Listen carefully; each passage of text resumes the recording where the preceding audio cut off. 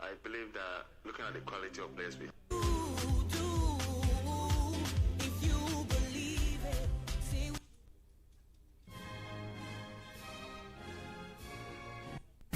Special one from the government of Ghana, Ghana National Petroleum Corporation, Dr. Joseph. Ghana Limited, the headline sponsor for Ghana Black Stars.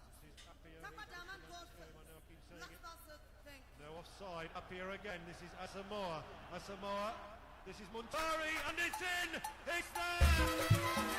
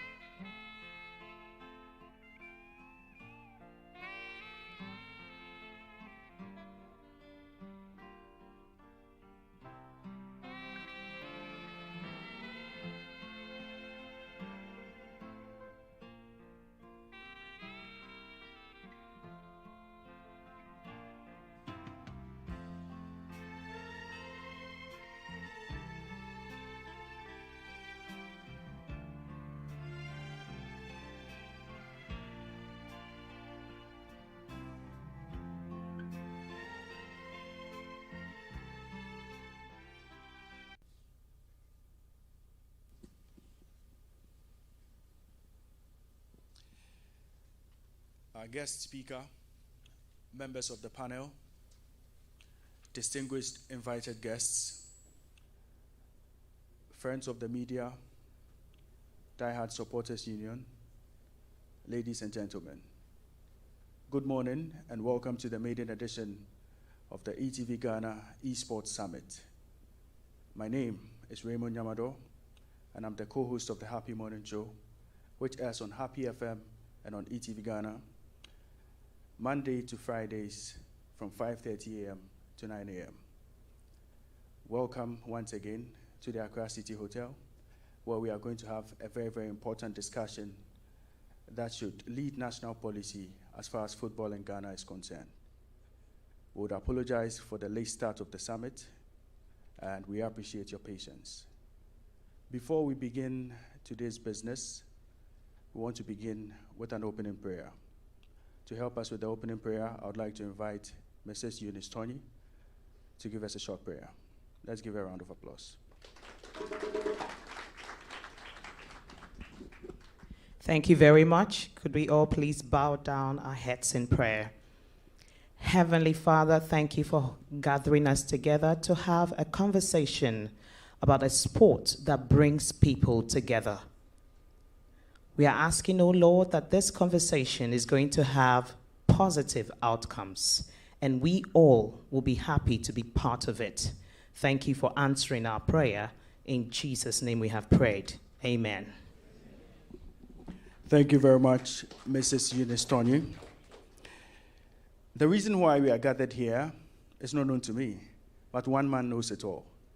Programs Manager, ETV Ghana, Cosby Bigbe, will tell us why we are gathered here this morning. Let's give him a round of applause.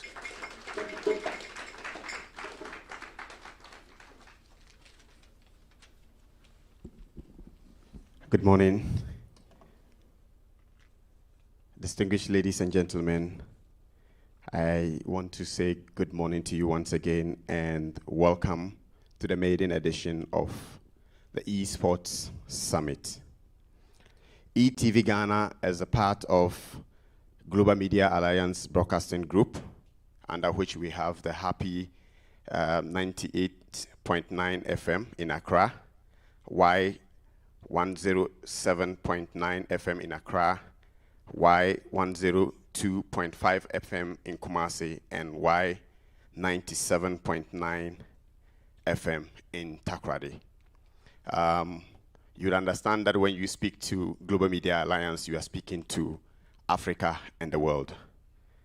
ETV Ghana is a 360 degrees brand which focuses on entertainment, education, and primarily carving a niche of providing novel content for its viewers.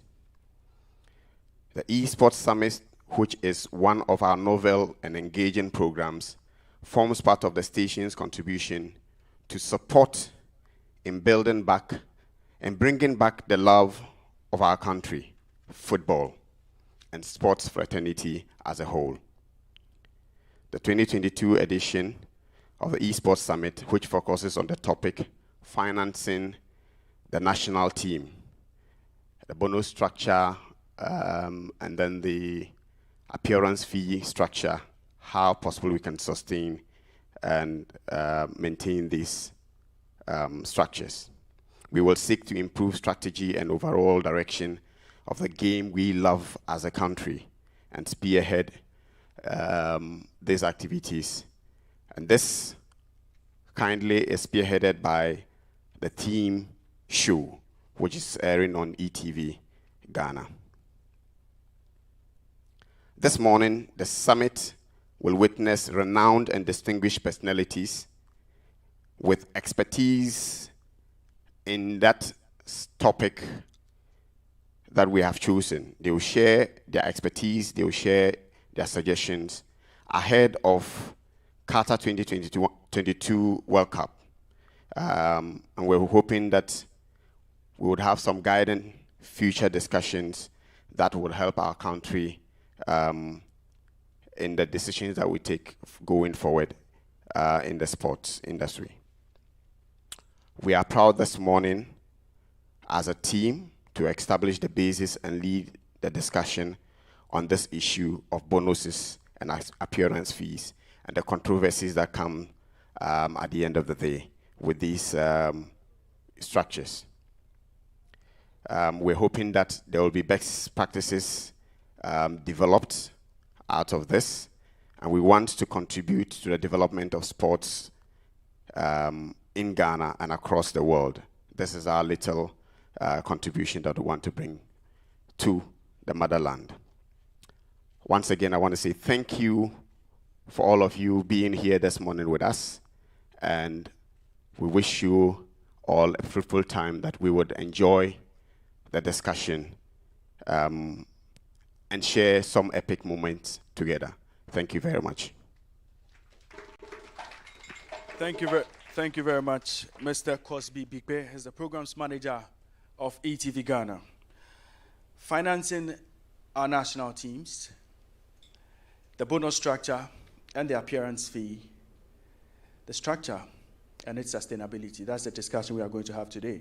And when we talk about appearance fees, we talk about the Ministry of Youth and Sports. The Honorable Minister Mustafa Yusuf promised to be here, but because of his busy schedule, has not been able to join us here. But he sent us his best wishes through his representative. I would like to invite Alhaji M. Sani Adams, who's the head of Policy Coordination, Monitoring and Evaluation, Ministry for Youth and Sports, to give us his opening remarks. Let's give him a round of applause.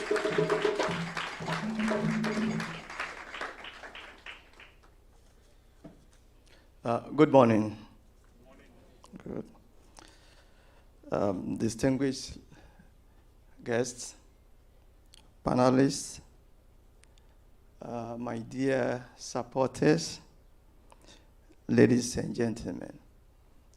Let me first say that we are extremely grateful as a ministry to be invited to this forum that seeks to discuss one of the most important things in Ghana that has to do with sports, and in particular football. It is one of our integral part of our mandate as a ministry, and so any opportunity to discuss a way forward to ensure that there's better implementation of our mandate, we are more than grateful to be part and parcel of it. So we thank the organizers for giving us that opportunity. And as the moderator rightly mentioned, my Honorable Minister Mustafa Yusuf was extremely delighted to have heard that this organization will go on this morning. And he was so passionate and eager to attend. But unfortunately, other things have taken him out of this program. But he sends a lot of his felicitations and greetings to the organizers, and particularly he mentioned to me that he wished to have been here because of the panel, the type of people that you have gathered to discuss the matter. So please accept his apology, but he has promised to be part and parcel of this discussion on TV. So you will be very sure, and you can be very sure by this time he's watching it. Ladies and gentlemen, everything in this country is negotiable except the performance of football. In this country called Ghana, if there is anything that happens, anything that will happen, anything that has happened, you can always negotiate. But when it comes to football, and especially the performance of our national team, there is no negotiation about it. Ghanaians are so passionate about football to such an extent that when it comes to football, we forget about our tribes, we forget about our political affiliations, we forget about our peerism, we forget about our chronism, and we all unite as one. It has not happened in any of the sporting disciplines except for football. Indeed, when you come to the Ministry of Youth and Sports, we have been tagged as a football ministry for a very long time. But the truth of the matter is that well over 70% of the resources of the ministry is spent in other sports. But the fact that the interest and passion of Ghanaians is on football, anytime there's expenditure on football, there is more attention to football.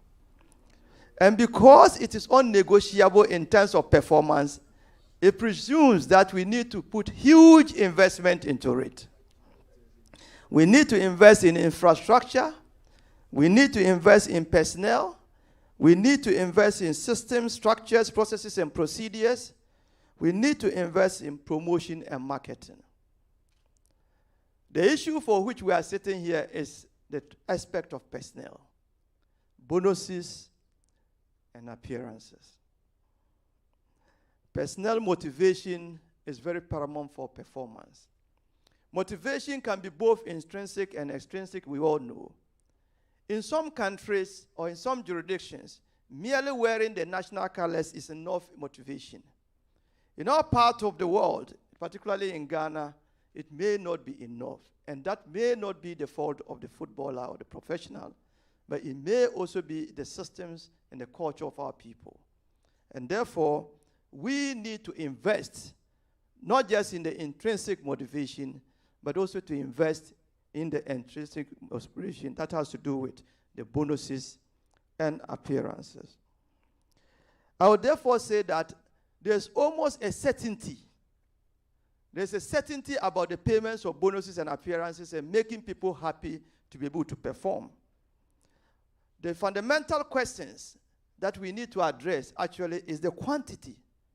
How much should be the bonuses and appearances? How much? Because it seems to be a bottomless pit. We don't know the minimum, and we don't know the maximum. But we do know that there are some fundamental factors that need to be taken into consideration. Economic, social, belief, appearance, and so on and so forth. We need to ask the question, what should be the structure? Because in most cases, when you look at even what we give to our players in terms of appearance and bonuses, compared to other jurisdictions, and when they appear in terms of their teams, their foreign teams that they play, what we give seems to be a peanut. But we have to look at it in terms of our context, economic context. What should be the structure? What should be the sources of funds? And how sustainable will these funds be? It is my anticipation that the panel so gathered here will address these questions. For us as a ministry, we are looking at business, sports purely as business. And therefore, we are moving completely away from the normal business of looking at sports as recreational purposes to looking at sports as business. So if it is a business, what it means is that we have to look at the whole value chain. We have to look at the structure of our teams. We have to look at the composition of our teams. We have to look at the management of our teams, and so on and so forth. So that it will call for not just patriotic support, but call for the necessary investment. Because the mere structure of the composition of the team, the management, can either attract investment or disperse investments. We need to make our games attractive. We are in a hurry to send our players out of this country. But what we need to know, and I know that there are managers of the football here, that the internal clubs needs to be strengthened to be able to make the football attractive for all of us. Again, for us as a ministry, we are providing a direction of the policy of sports in this country. We have had a national sports policy that has been sitting on our desk for well over 30, 40 years. We are reviewing that policy to give direction to sports, particularly football and other very teaching sports that we think we have comparative advantage. Supporting this policy document will be a proper legislative instrument that will regulate many other sporting activities, including even the purposes for which we are here, bonuses, appearances, and other things. The legislation will look at that. But in looking at this legislative framework, we are so cautious about the independent nature of our football federations. But we are also aware that the national teams are the bona fides of the state. Indeed, we are looking at the sustainability of funding these things in terms of bonuses and appearances, and therefore, the ministry is looking forward to establish what you call the sports fund. This sports fund has been a theory for a very long time, and we are pushing it. We are in discussion with cabinet, and very soon we will have a direction so that it will substantiate all that we have. We are talking about specific incentives for corporate organizations that will support sports. We know that there are corporate organizations that have been supporting over the years, but they will need specific support in terms of incentives, which we are negotiating with cabinet, and very soon there will be a direction to that. I will not want to take a lot of your time because I know the discussion would go on, and when the discussion proceeds, we'll be at the backdrop and we'll be listening to it. And at the end of the day, we expect that will be a comprehensive report that will be submitted to us, and we act through the report in terms of the direction of Carter 2022. So I wish to congratulate the organizers for this forum and to thank you very well for making this a possibility. Thank you very much, audience, for also listening to us. Thank you very much. Thank you very much. Alhaji M. Sani Adams is the head of policy coordination, monitoring, and evaluation at the Ministry for Youth and Sports. He's sitting in for the Honorable Minister, Mustafa Yusuf. Thank you very much, sir. We'd like to acknowledge the presence of a few dignitaries here this morning. DCOP Lydia Donko is the Director General, Police Professional Standards Bureau of the Ghana Police Service. She loves sports and is the chairperson of the Police Ladies FC. Thank you very much for joining us here this morning. Frederick Latte Otu is Ghana Taekwondo President. He's also here with us this morning.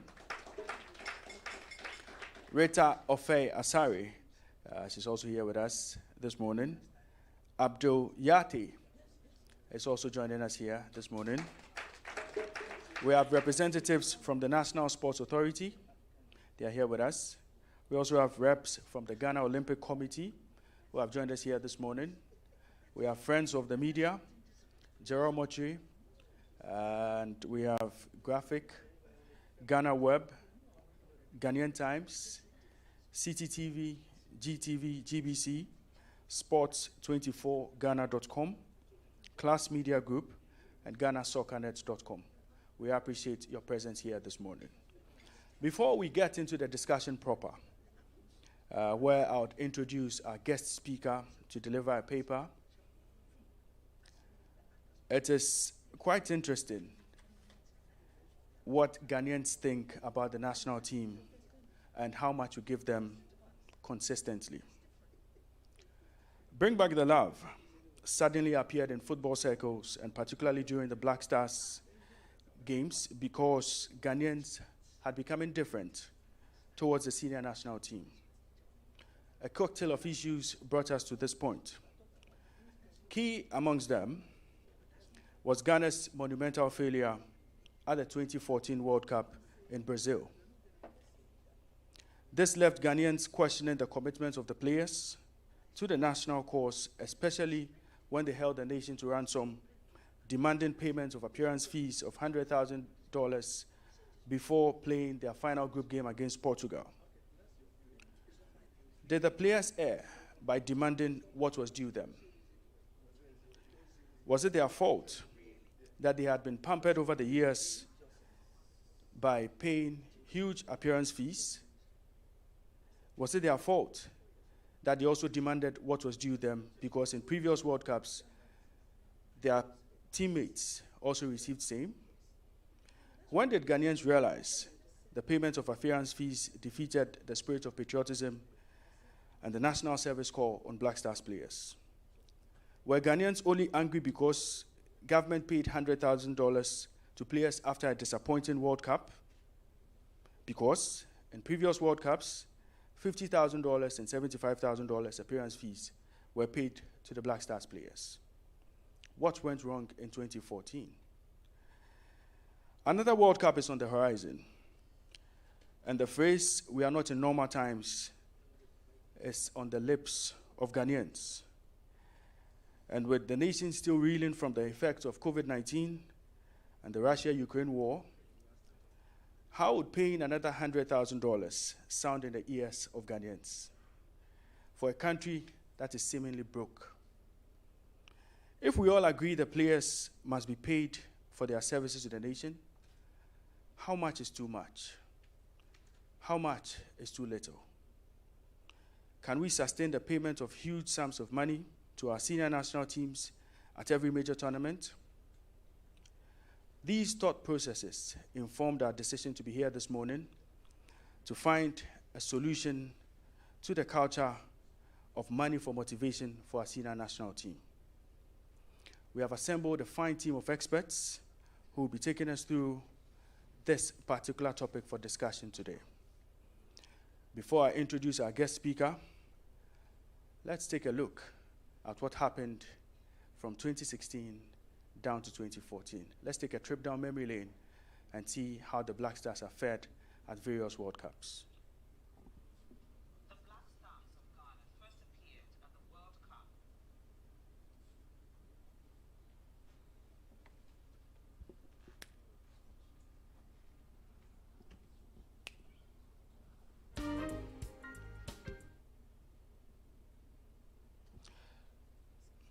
So before we join the feed, this is the maiden edition of the Esports Summit. 2006, after several attempts, despite being considered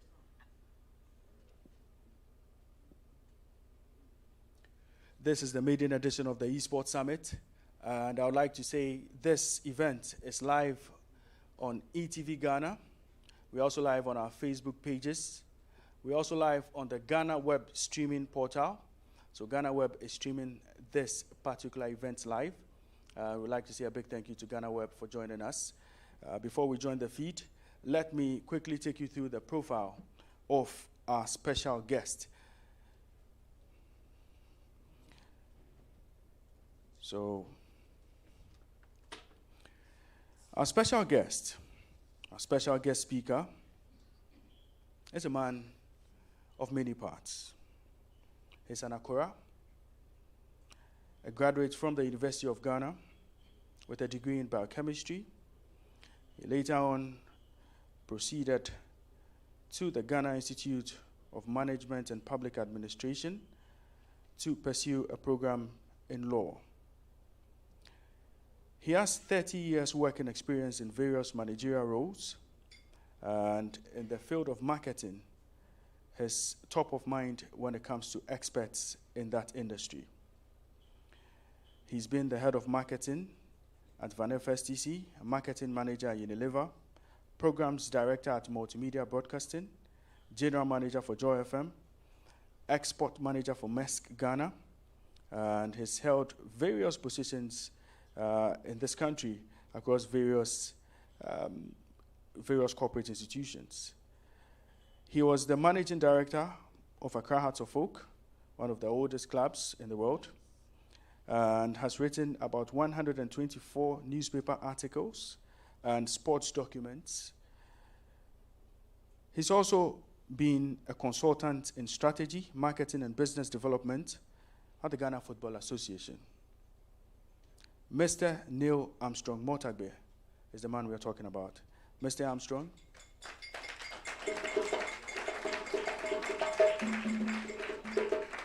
Mr. Armstrong, please join me as you deliver your paper for this summit. Thank you very much. Thank you, Raymond. I think it took me by surprise because when I was told about the running order, I was told when I'll be speaking, but I'm also a person of faith. There are different faiths, Islam, Christianity.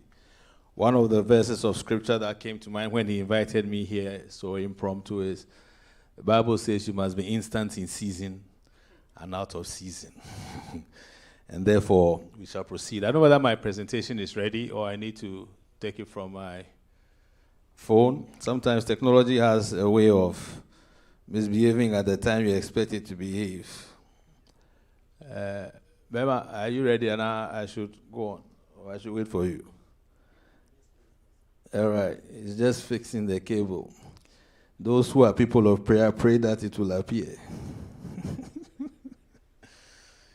Yes, but this is a very, I believe, relevant conversation we are having ahead of the World Cup. But you find in my presentation that I may make some references to some of the other national teams. I hold a very strong view that, and I listened to the representative of our honorable minister, and I think something he said actually provoked a small debate in our small circle here. I'll not talk too much about the debate, but it's a concern that has been shared by many people about the extent to which we spend on our football as compared to the other sporting disciplines. There are various schools of thought. Depending on where you draw the line, you would say a lot more is being spent on the other disciplines than on football and vice versa. But I've been in the media and in this space for a very, very long time. And I'll just say that in terms of the recurring expenditures aside of infrastructure and those other parts, recurring expenditures, definitely. I mean, we'll agree that football takes a chunk of the national cake. And I hear my minister's rep saying yes, and that is a fact. He also spoke about comparative advantage, which is a subject that's also very dear to my heart. That there are so many sporting disciplines that we engage ourselves in as a country. But there certainly will be some sporting disciplines that we have comparative advantage in. And I'm happy that at the policy level, it's something that's being discussed. And the prayer is that beyond it being discussed, an action program will be developed that would get actioned. This thing is skipping. All right, I'll come back there. So, comparative advantage is key. So why football?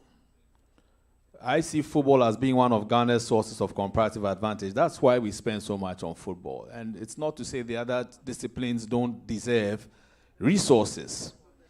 But every nation state would need to define what are their sources of comparative advantage. And that is just a small digression from my presentation, but it's got to be situated in the context that there are sporting disciplines in this country that have brought Ghana's name so high. And many a times, people like us lament why they don't get that level of attention. Football is a team event, okay? And so it takes a lot of resources. But long before Ghana qualified for the World Cup, there was a certain Azuma Nelson. There was a DK Poison. There were these athletes who put our name at the zenith of world sport. Ask yourself what investment is being done in those areas. That's a conversation, I believe, for another day. And it would be great if the ministry and ETV and other media partners here can put together a dialogue on Ghana sports financing. Where are our sources of comparative advantage? Because once we establish those places or those points, it becomes easy to determine what should be spent and what shouldn't be spent. We are talking about bonus structures. We are talking about appearance fees. But look at countries like Jamaica. If you go to any World Athletics event, you will see Jamaica in the sprints. It's a source of comparative advantage. You will see Kenya in the long distance and middle distance. It's a source of comparative advantage. If you go to cricket, you see an India, you see a Pakistan. When it comes to Africa, you see a South Africa, you see a Kenya. Sources of comparative advantage. So the point being made here is that at the level of the ministry, if there is a unit looking at policy, then there's relevance in having a conversation on which sports hold our sources of comparative advantage as a nation. Not every sport would be there. And that doesn't mean the other sports should not be engaged in. But if we want to make a mark on the world stage. We can't continue sending teams to tournaments where we know they are not going to perform. Again, I said it's a conversation for another day. But the comparative advantage that our minister's rep spoke about is what evoked my sharing this small digression to this house. So let's get back to bonus structures of the national teams.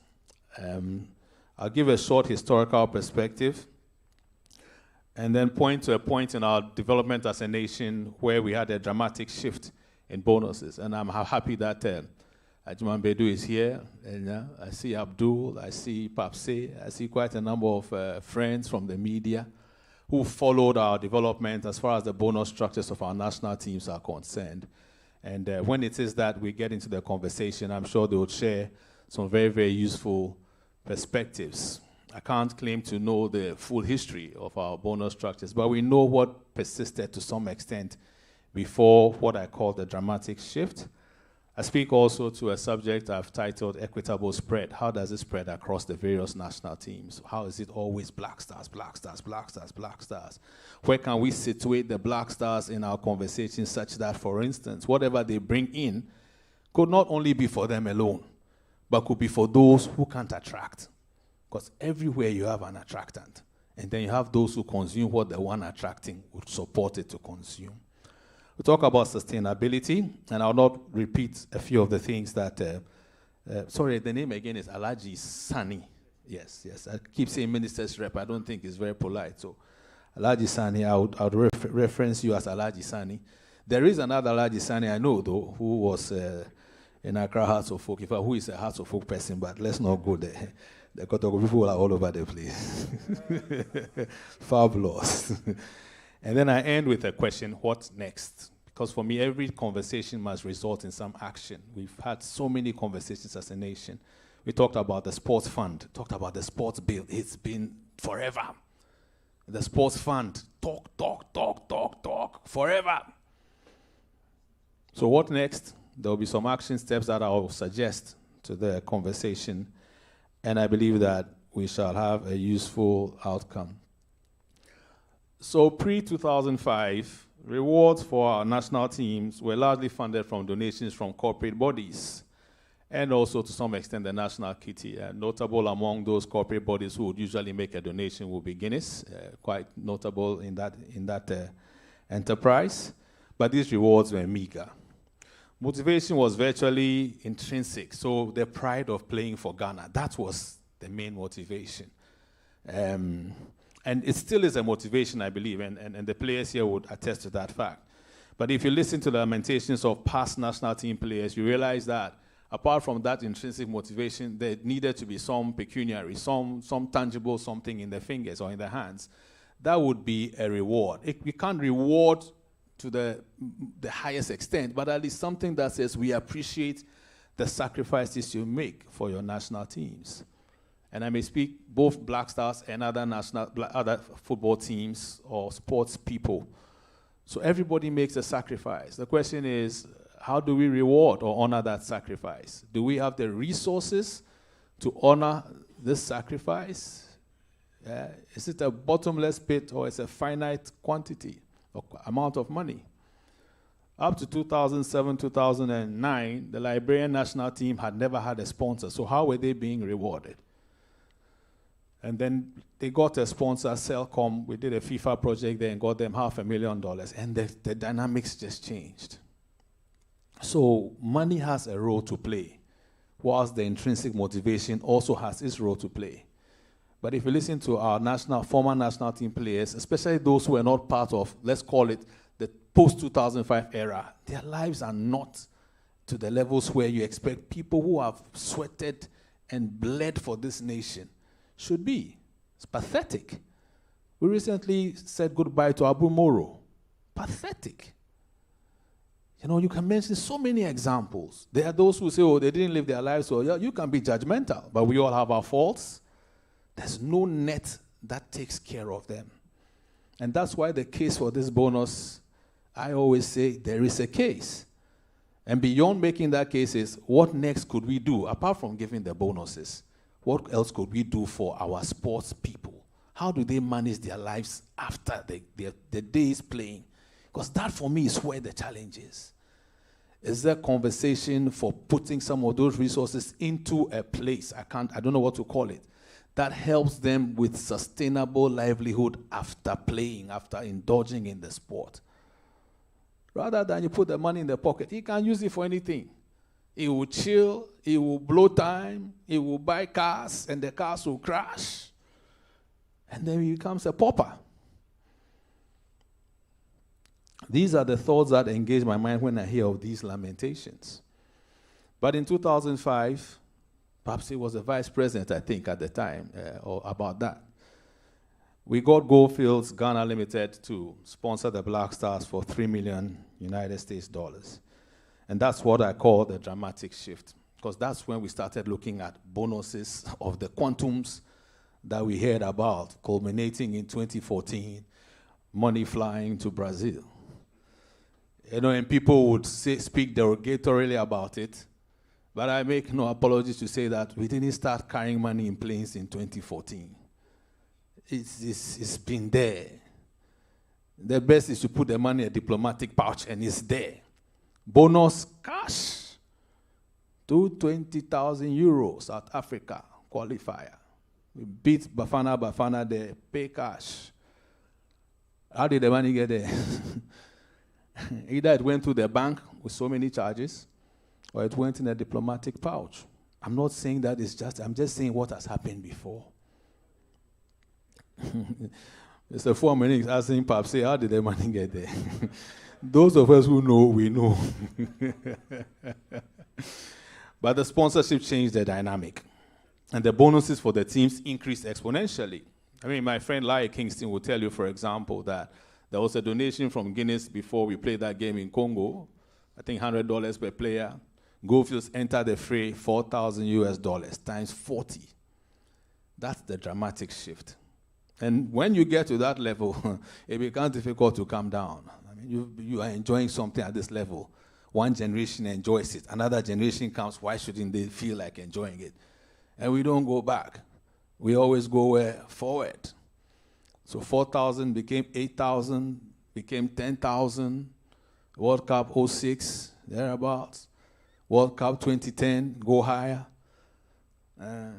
2014, 100,000 United States dollars, and we kissed the money in Brazil. Somebody say, why am I making light of it? The fact of the matter is that the money was kissed. It's a fact. We saw it. But why wouldn't the money be kissed? It was a Photoshop. John Bedu said it was a photo. It was a contrived picture. But if you sweat and bleed the way these boys bleed, and you see that money, you will kiss it. If it's your brother who is playing, and he gets injured and comes home, and you are taking him from one herbalist to another herbalist, from one hospital to another hospital, when you see that bonus, you will kiss it. So let's not judge them. They play. When they are on that field of play, the whole nation stops. And when they win, it's like everybody contributed. Even when we won in South Africa, they were calling us the Black Stars of Africa. Comparative advantage. They didn't say Black Stars of Ghana. They said Black Stars of Africa. Can you quantify the value that performance makes on this nation? There is peace at home. NDC, MPP, there is peace. Muslim, Christian, there is peace. In the charismatic where there's a fight, there is peace. A home where the man is NDC and the woman is MPP, there is what? Peace. Why? The Black Stars won. They beat Nigeria to qualify for Qatar 2022 against all odds. And everywhere became quiet. That is the power of the national team of Ghana, whether we like it or not. It is a power that we went to Germany in 2006, and the immigration regulations and procedures were relaxed. Why? Because Germany was hosting the World Cup. And you go through the checkpoint, and you are wearing Ghana colors, like Die Hard are wearing the Ghana colors. They say, you from where? I say, from Ghana. They say, Ghana, good team, good team. Pass. They don't even check your bags. That is the power of the national team. It's important that we situate our conversation with this in mind. So much is spent on tourism, and I'm not disrespecting any expenditure on these other areas of our national life. But trust me, sports, it moves nations. And when the sport is as big as football, it controls emotions. All right? Otherwise, why is it that every FA president of this country has met the president of the republic and some others haven't met? Because the politicians know the power of this game called football. They invest in it because they know what it can do or cannot do. They put money behind supporters' unions, hundreds of thousands of United States dollars to South Africa to have our colors in the stands because our national team is playing in the World Cup. It's a source of comparative advantage. So we must spend on it, yes. The question is, while spending on it, how does our spend on it now inure to the rest of the national teams and our sports? So I have a concept I call corporate Ghana sports. If you look at it as a company, where do we place football? All these things that football does for us as a nation. And that's why when things go wrong, the whole nation is in an uproar. When it goes well, we are all happy. Okay? A sport where the emotions of then maybe about 2010, how many was our population? Perhaps you are the statistician. Now we are 30 million, eh? So back then we could have been maybe like 21 or 22. 22 million people's emotions, they hinge on a penalty kick against Uruguay. The emotions of a nation, all right, were determined by one penalty kick that hit the crossbar. And up to today, some people will not forgive my friend, Asa. But he's Ghana's record goal scorer, matter of fact. And that is the power of our national team. I could take you so many examples of how my going to an African country and just saying I'm from Ghana has opened doors for me. I worked with FIFA for 7 years as a marketing consultant, and we know where we've been. When you mention Ghana, the thing is Black Stars. They don't see anything. They see Black Stars, they see Abedi Pele. You go to the Arab Gulf, they see Mohamed Polo. They will mention names for you. These are Black Stars players. So as we have our conversation on funding, sustainability, I'm happy that we keep these things uppermost in our minds. It's like I'm making a case for Ghana football. But it's beyond Ghana football. It's for every person who wears the national colors, be you in football or anywhere else. You deserve to be looked after.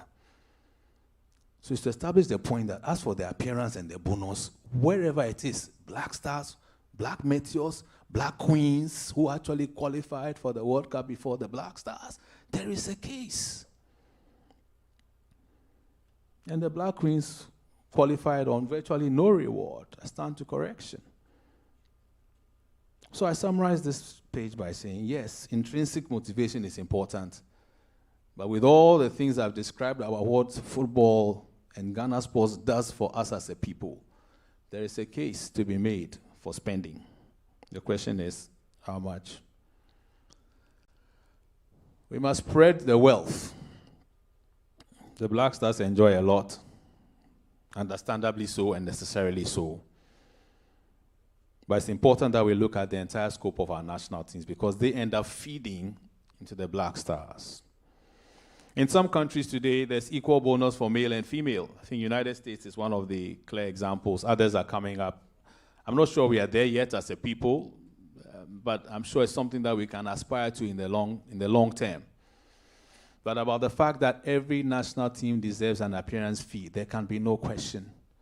And every national team deserves a bonus, there can be no question. And every athlete of Ghanaian extraction participating in international competition on behalf of Ghana deserves the same treatment. Comes back to where? Policy, Alaji. If that policy is in place, the next thing becomes how do we fund it? And it reduces the debate. And part of that debate I started earlier was the comparative advantage debate, where all federations are called into a conference and say, we don't mean to disrespect any sporting discipline, but the fact of the matter is that as a nation state, we have to define what makes us comparatively at an advantage, so we can go to international tournaments and win medals. People are winning swimming medals. We have a family who have taken up swimming like their personal interest. But what about at the national level? So many water bodies in this country. Name many lakes. Only last, today is when? What's today? Today is Wednesday. Only Sunday I was on the River Fram, one of the tributaries of the Volta. Some young boys were diving. Did have this deep diving? Yes. And then look at our coastline from Aflao all the way to the Côte d'Ivoire side. We can't put people into swimming in the Commonwealth Games, Olympic Games, all this water. It's a question that borders on policy. And what have we identified as our source of comparative advantage? Boxing, I've mentioned it earlier. We need to identify these ones. And then the others would also be growing along. Recently, I saw a lighter note. There was some Chaskili tournament going on. Is it Chaskili? You know Chaskili? Is that Chaskili? You know, it's our version of cricket. If you get a number of countries playing Chaskili, it becomes a Commonwealth sport.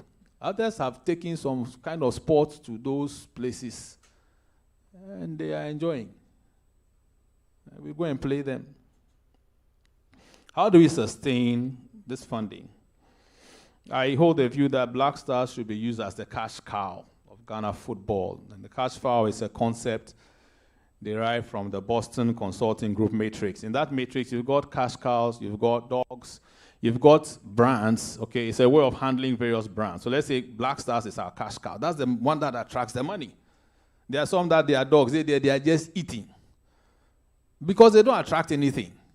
The one who attracts brings, so that the rest can also enjoy. But usually it's been whatever comes for the Black Stars is for the Black Stars. My suggestion is we should start looking at it that way. If the Black Queens cannot attract sponsorship, why do we leave all the money with the Black Stars? It's a conversation, it's a debate, it's a discussion. But for me, if I look at it as a marketing person, this thing attracts cash. This cannot attract cash between now and the next 5-10 years. How do we use some of that to support? It's done. I worked in Unilever. It's done. Key Soap will bring money. They will invest it in Royco. Yes. It's one whole. And corporate bodies should be impressed. We talked about incentives. The incentives must work. And the state, I said earlier, must see football and other targeted sports as a source of national competitive advantage, and not only see them, invest in them. When we see the power of Egyptian club football, the serious investment from the state. As an example, it's about what we see our football and sports being to us as a people. When we see it that way, we will invest in it. And it gives well-being to so many other people. I come to warn me. I'm almost finished. To be successful, Ghana has to be strategic and deliberate. So strategic and what? We must intentionally invest in our sports. Intentionally call corporate Ghana. And I think it's been done before. A meeting, I think a breakfast meeting. Corporate Ghana was invited. I think it was at the seat of government, was it? Yes. And presentations were made. We set a certain target. It was for the Black Stars. But can it be done for the rest of our sports? And that's why there's always these Black Stars. I understand Black Stars. It does so much. So yes, it's worth it, but beyond the Black Stars. Strategic and deliberate. Stakeholder engagement key. I've spoken about sustainable funding structure. And by stakeholder engagement, the athletes themselves are part of those stakeholders. Many times we leave them out of the conversation. They are the key actors. Without the footballers, there's nothing. And yet a lot of times, we, the people who wear coat and tie, we go and talk and try to decide for them. and you decide for them without relevantly consulting them, they will hold you to account at the right time, the day before the match. What bonus are we taking to the Africa Cup? If you did there, you went and took decision, they were not there. So stakeholder engagement is key. Sustainable funding structure. I know there's so much pressure on the national incomes, but we need to find a sustainable way. I've talked of deliberate action. Let's talk. We talk plenty in our country, and I make no apologies for saying that. It's a matter of fact. Let's talk more deliberate action. Government and the FA collaborate effectively. No unnecessary quarrels and who did this, who did that, who is the owner. Yes, national team, bona fide property of the nation state called Ghana. Who manages the national team? The Ghana Football Association. So stakeholders need to engage. When we did Goldfields in 2005, Papse will bear me witness. We were working with Honorable Yosafo Mafo and Obi Amoa. Tight. To the extent that the day the sponsorship was announced, Honorable Yosafo Mafo sat in the chair together with Brendan Walker, Managing Director of Goldfields, Kwesi Nyantechi, President at the time. They were all there. There was that collaboration. There was that tight fit. And when we were accounting to Goldfields for whatever was being spent on the national team, we sent accounts to the ministry. Collaboration needed. And on that note, I'd like to thank all of us for taking time to listen to this quiet man.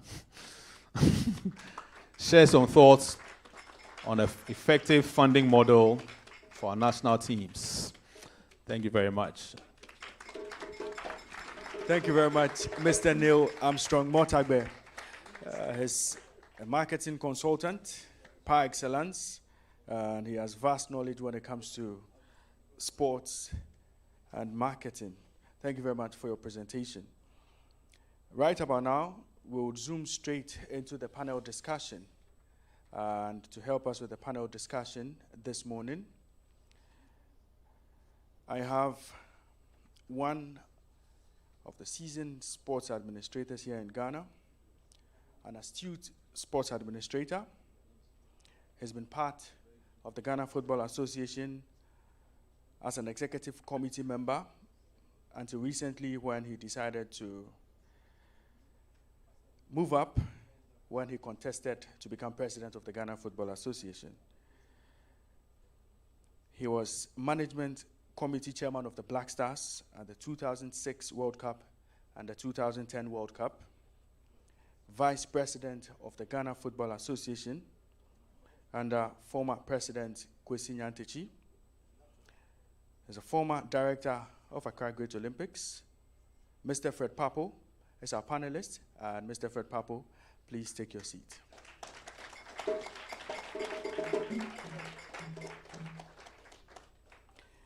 Growing up, each time you stayed up to watch an Azuma fight, you would always find this face on TV. He's a senior lecturer at the Ghana Law School and currently serves as the national president of the Boys Brigade. He has done a lot of humanitarian work. He's a vegan broadcast journalist, former chairman of the Ghana Boxing Authority, served as co-vice chairman for the Jamefe Presidential Commission on the 2014 Brazil World Cup debacle. He's currently the legal marketing consultant for the Ghana Boxing Authority. He's a family man blessed with 4 children. Mr. Moses Fuamoinin is a panelist for today.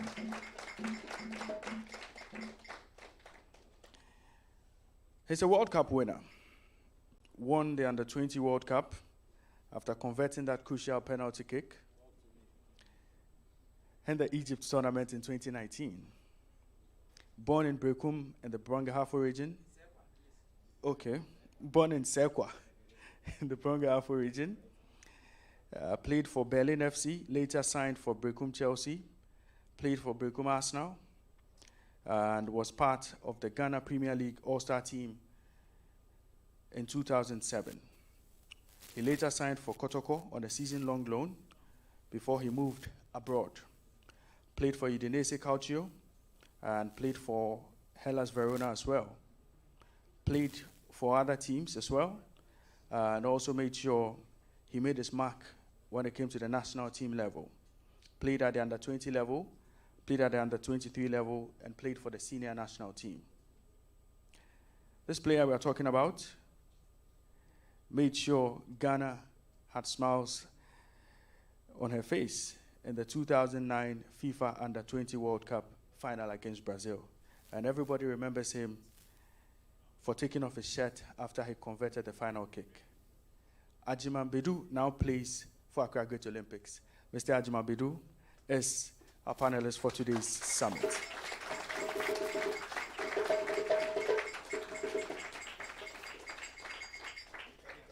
Mr. Neil Armstrong, you would kindly join us in the seat. Ohene Bampo Brenya is the presenter of Happy Sports, which airs on Happy 98.9 FM from 9 a.m. to 11 a.m. every morning. Ohene Bampo Brenya would be our moderator for this session, and he has very important questions for our panelists this morning. Ohene Bampo Brenya, please take your seat.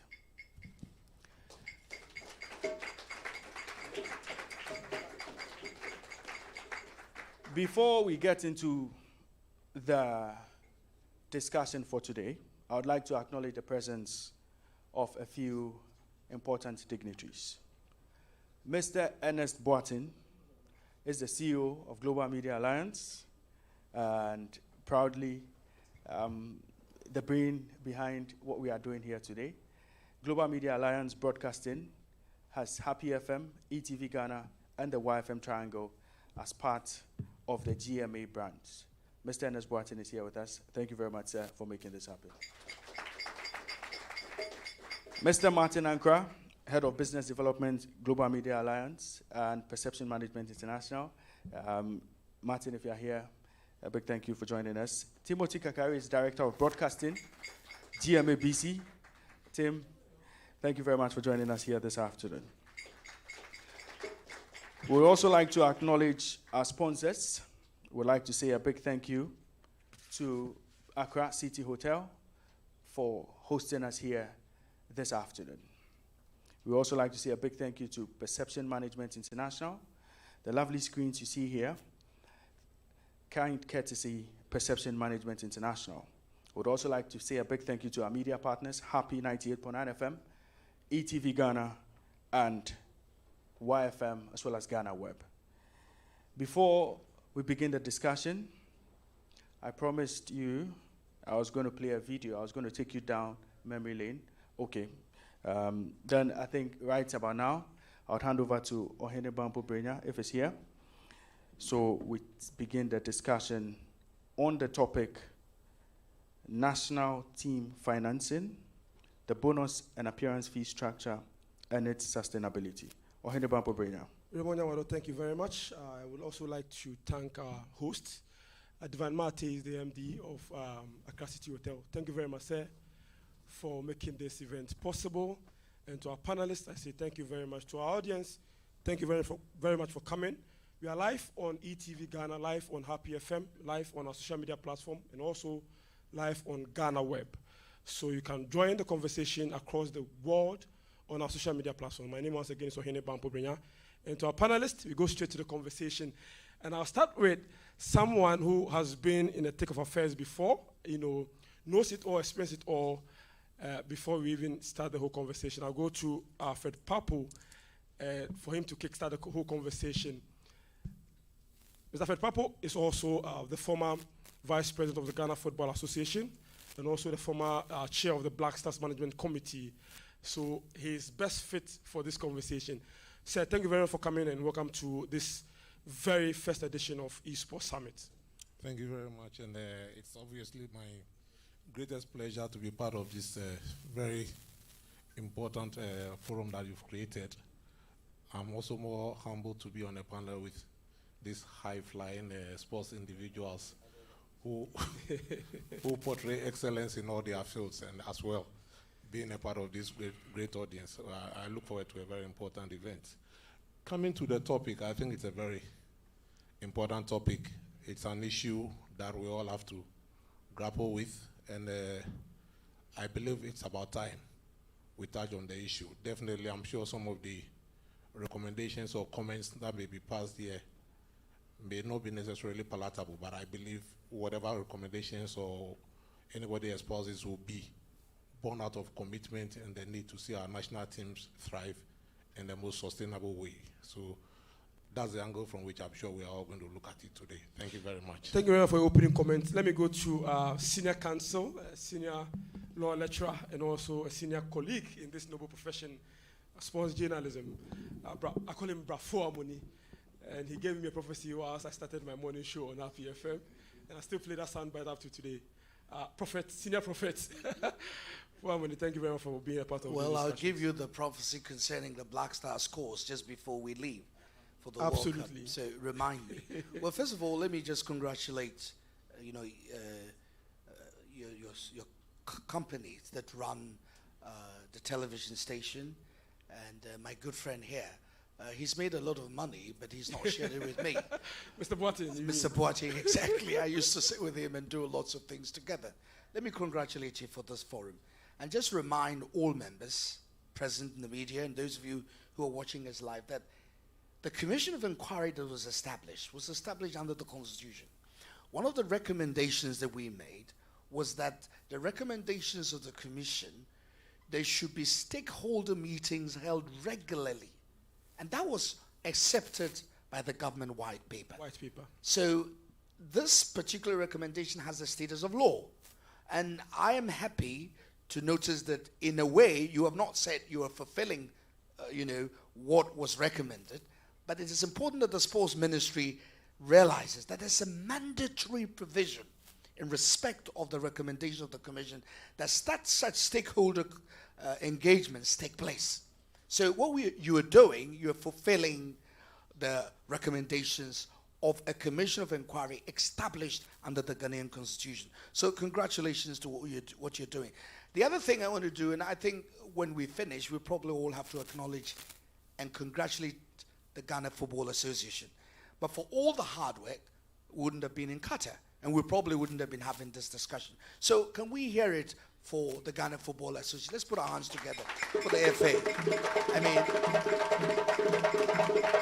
it takes a lot of hard work to get us where we got to, and I particularly want to comment, Papse, you made a lot of mention about him, but he's a huge institutional memory. The qualification didn't just happen with Otto and the other coaches who joined and the new management of the Black Star. It started when we started the qualification. So I want to congratulate all the other members of the Football Association, the Black Stars Management Committee that have led us to where we are. Those will be my initial comments, and I'm hoping, we've done a lot of talking in Ghana already, and the law is in the book that I'm holding and carrying, and the government white paper. For once, let's implement, and I'm hoping that you as journalists will ensure that whatever decisions and recommendations were made in, the Commission's report and accepted in the white paper would be confirmed. We can't just go on talking, and hopefully the ministry will carry that from here. Thank you very much. Thank you very much. A round of applause to him. And I'll move on to Ajiman Bedu, who is a principal actor on the field of play. He's a former member, or still, since he's not retired, he's still a member of the Black Stars. Anytime he's called upon, he would gladly wear the national colours again. Ajiman Bedu, thank you very much for joining us. Thank you, and good morning to everyone. I'm very privileged to be here to sit with these dignitaries here and in front of these dignitaries to share my ideas about this World Cup bonuses with the national team. So it will be exciting to hear a lot from these dignitaries and to take note of it before we start the World Cup. Thank you very much, Emmanuel Ajiman Bedu. Neil Armstrong has done his presentation, and we'll get into the pros and cons of the presentation. So Neil, thank you very much for the presentation. More of an academic paper on the subject matter. What should we expect from you on this panel? Well, I don't know whether to say point of interest. It was not only an academic paper. It's an action-oriented paper. Academic papers have a very strong theoretical base. Yeah. So yeah, I tried to draw some history in the presentation, but more importantly, to look at the actions. What do you expect what is to be expected from me on this panel is more of the same, talking towards action. All right, our council spoke about the fact that there is a government, there's a whole lot of resource was spent throughout that process. White paper published, go into that white paper and you see so many solid recommendations. The question is, what effect has been given to them in terms of action? And that is the bane of this nation. And I don't make any apologies for it. We talk plenty. It's a matter of fact. And I talk about this passionately, but it's true. How many times must we keep talking about the same thing? You know, I think that as a people, we are not angry enough to take action on the things that must take action. And I just hope that this forum builds up that positive anger to take us to a place where we have less of these conversations or debates and have a structure and a policy in place that is well structured, well self-sustaining, and then we spend time talking about other problems. That's what you should expect from me on this panel. Thank you very much, Neil. And I start off with Fred Papo, who has an institutional memory of football and its governance. One may ask, if you're a novice, monitoring from wherever you are, how did we get here in terms of appearance fees and bonuses? Because, as far back as 1996, 97, some would argue that the Blaster was not as, well-resourced as it is today. So what changed the game for the Black Stars, in your own opinion and observation? Okay, thank you very much. I think as far as my memory will serve me, I believe bonuses to national teams, and like Neil indicated in his presentation, as much as possible in my presentation, sitting here on my contributions, I'll be looking at the national team in a more generic view. I know we are concentrating on the Black Stars, but I believe part of the issue of not concentrating every resource on the Black Stars is for those of us who talk about the game and then watch the game and do everything. When we are talking, we should try as much as possible to have a broader view of the national team. It's a national team, so some of my contributions will also relate to the Black Satellites, sure, the Black Queens, and the rest. As far as I recall, I believe bonuses to all the national teams have been paid fairly regularly, way before we even came into office in 2005, if I may recall. The issue of appearance fees, there again, I believe it started right on the eve of our World Cup campaign in 2006. That was when we qualified to our first World Cup. Obviously, that was a very steep learning experience for almost all of us associated with the team at the time. I recall, quite frankly, there was this evening in Scotland. We had gone to play a match, and the players asked to speak to us. They sought audience with the management for us to discuss. And then we went into the room, and suddenly they mentioned this animal called appearance fees. So we're like, what's appearance? What are they talking about? Apparently, some of the players had playing mates in other national teams, and it was actually the vogue in those teams, and they had telephone conversations. So they confronted us with the issue, which appeared germane to us, because their starting point was that Ghana was going to be given, or had been given, some amount of money by FIFA for qualifying for the World Cup. So they also felt they were entitled to a certain portion of it as they are due. That was the genesis of appearance fees. The actors I don't need to mention, but they are very familiar faces. Now, after quite a lot of discussions, we accepted and said, well, of course, we are just managing the team for the state. So we had to go back to the government and then relay this concern to them. We did, and then the ministry agreed. So we had a very hearty discussion with the boys to agree on the figure. But take note, there was one point I made which I believe we should also consider.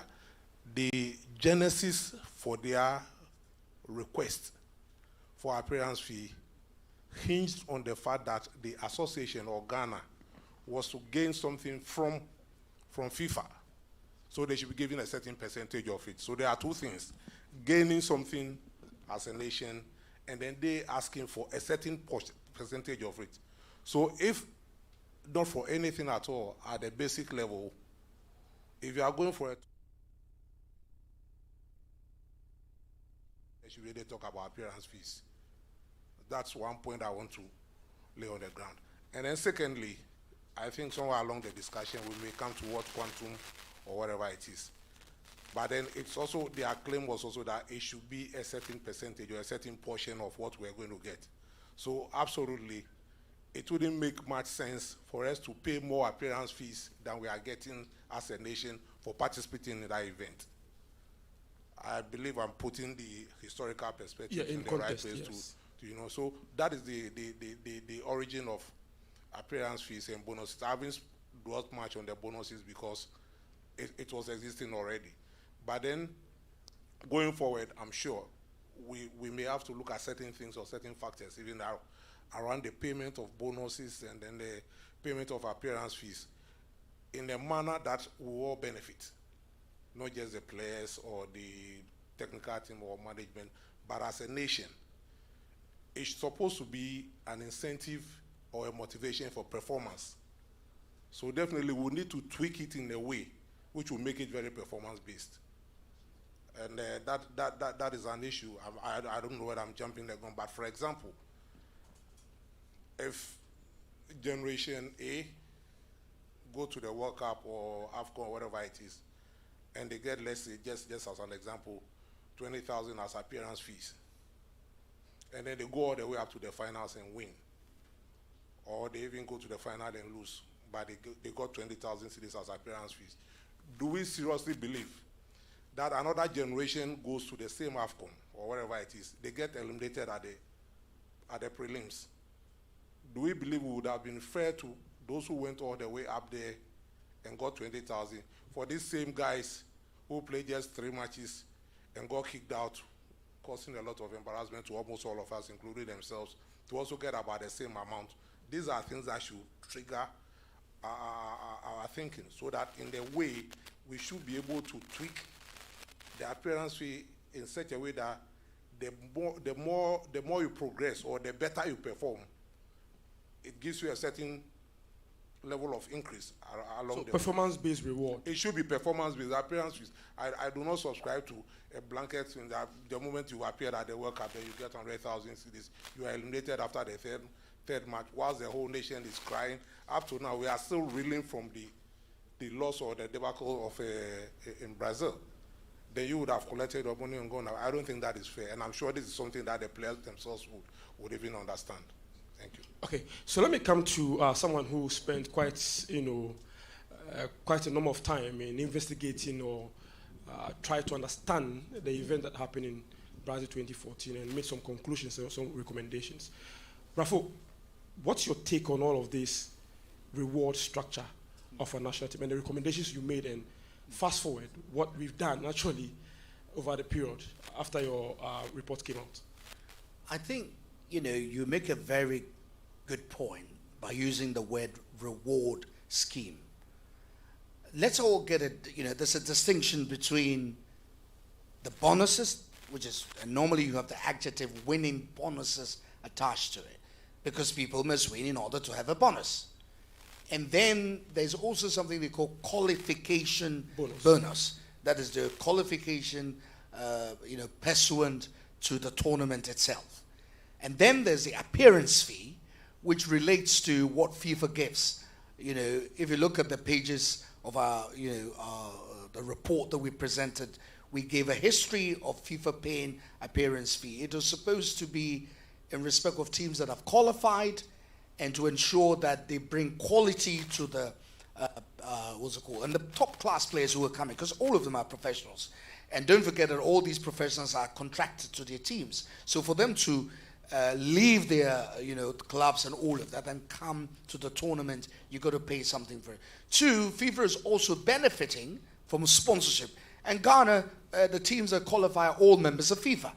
So you would suppose that the sponsorship monies around the World Cup, and that's the highest flying tournament the world over. So out of the money, a certain percentage is allocated for teams that have qualified for preparations. I think there's an amount for preparations, and then the appearance fee is different. So you get 2 million for preparations. Preparation, and the rest of it is for just being present for qualifying. All right, and that's proper. One of the things that we discovered was that in doing the analysis, it would seem as if it was only all about, appearance fee. Ghana received 2006, we got 6 million. 2010, we got 11 million. And then 2014, I think, let me just check the statistics. We had 8 million since 2010, and 2014, we had 11 million. All right? We had 11 million because in 2010, I think we got to the quarterfinals, so there were certain additions that were made. All right? Now, the truth of the matter is, we've appeared, so let's take the money. Really? There's some expenditure that goes to secure our qualification. So one of the things that the commission came up with is, let's not reckon all of it in terms of, this is what has come to Ghana, so the FA or any particular institution has got a right to share all of it. What we discovered was that the state has invested in all the players, their preparation, training. Indeed, the data shows that for one single qualifying match for the Black Stars for a World Cup, we spent close to $1 million. That's a lot of money if you look at all the matches that we played in 2006 and 2010 and 2014, So the state pumps in money. So the view is, don't just look at it as money coming in to the FA so they have a right to it. That's the first point that we're going to establish. 2, we also said, let's have the broad principles that should govern these monies and the way they are shared. 1, players play for their nation. They wear the national colors with pride. So we are incentivizing you, but we want you to play for Ghana not because you're going to receive money, but because you are proud of the shirt. That's one principle. The other principle was this. Look, even the Bible says this. The laborer must earn his keep. So if the boys go and stand on the pitch and they play and they perform, then they've got to be remunerated. So there were 2 principles that we agreed should be present. And then you've got to combine and weigh them as you go along. I'm sure that as the discussion proceeds, we will look at how we've got to structure the framework, but in the payment. But in terms of, first of all, what is bonus, what is winning bonus, what is qualification bonus, and what is appearance fee, I think what, as a committee, the commission we came up with is what I have set out. In summary, appearance fee comes from FIFA, has to do with having qualified. There'll be money also for preparation. Bonuses, winning bonuses have been paid. Ose Kofi tells me about bonuses that were paid long ago, and some of the anecdotes around it is very funny. So we've always paid winning bonuses to our teams. So that has been in existence for a long time. I think the issue in terms of the bonuses and the appearance fee will be the quantum, how we quantify it, and under the conditions under which we pay. I'm sure that as we get into the details, I'll be able to tell you what sort of structures that we put in place and what should influence what we're doing for Qatar 2022. I can just end on this little note. Let's learn the right lessons. That's the only thing I will say. Let us have the policy framework which has been delivered by the Commission's report and agreed, and for which there's a white paper. Let us not reinvent the wheel, so that the principles and the policies that were agreed, let us just implement them as they are, because that is the law. We might tweak it a bit just to help and adjust it to the circumstances, because clearly there's more money now coming in because of appearance, in 2022. But I think the underlying policy framework has not changed, and that is in the Commission's report. I'm hoping that we will not try and change and reinvent the wheel. All right, thank you very much, Bafo Moeni. In many of the discussions, the players who are involved are left out. But fortunately for us, we have Ajman Bedu as part of our panel. Ajman Bedu, do you sometimes get worried when the whole conversation is about you guys are not patriotic enough because you've asked for something you think is due you? Well, it troubles us a lot because we have the passion for the nation. It's always a privilege to play for the nation because from where I am coming from, the nation have really helped me to get these opportunities in life. So it's always there. But you know, whoever works needs to be paid. That is a fact. And it's not like we don't have passion and we are so money conscious about everything is about money. No, myself like this, if you see any scar on my body, it's because from the national team. Not from your club side. National team. For 15 years, I played football. I got injured at Udinese 2018. All the problems I got during my career in the national team is here. Mostly, all the injuries I treat myself. No insurance. I don't know if you have it, and I never get any advantage from it. Then yeah. I don't know. But for the injuries I have on my leg, meniscus, the scars you can see from my face, everything, I treat myself. The last injury I got from the African Cup, I went back to Udinese and have a treatment. So if I come, it's a privilege to play for the nation. That is an obvious one. But got injury, go back to the club to have treatment there, and you are telling the player not to go for the money he thinks is good for him. I think it's a bit troublesome. Secondly, like how my big boss said, Fred Pablo said, we communicate a lot to the footballers outside there. And so you know what's happening. You know exactly what is happening with the other national teams, and at times it also bring a lot of controversy when it comes to the winning bonus, stuff like this. Thirdly, what I can say is mostly we lack communication. Okay. It's a key to this kind of problems we are having in the Blasters. Because I remember the 2014 Wahala. We started the communication in Slovenia when we went for that friendly game about the bonuses, because we thought, okay, 2010 the bonus was like 50,000, 20 days was 75. Once after 8 years that we have reached this stage, I think the bonus should gone a bit up for us, because so we had a problem there, we couldn't solve it, came back to Ghana, we couldn't, went to Holland for friendly games, we couldn't, in USA for like 2 weeks, we couldn't, and we played our first game before the vice president, Mr. Amisata, may he so rest in peace.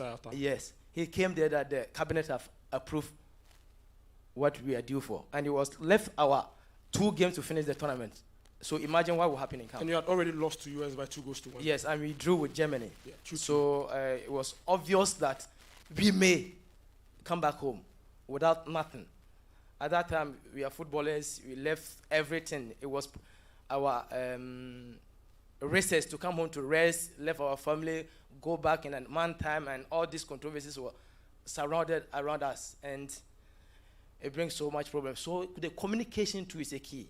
So all these things, we need to work as a team, communicate, sit down with the gurus of the national teams, that the captain, the assistant captain, agreed on this bonus before maybe a month or 2 months before the World Cup.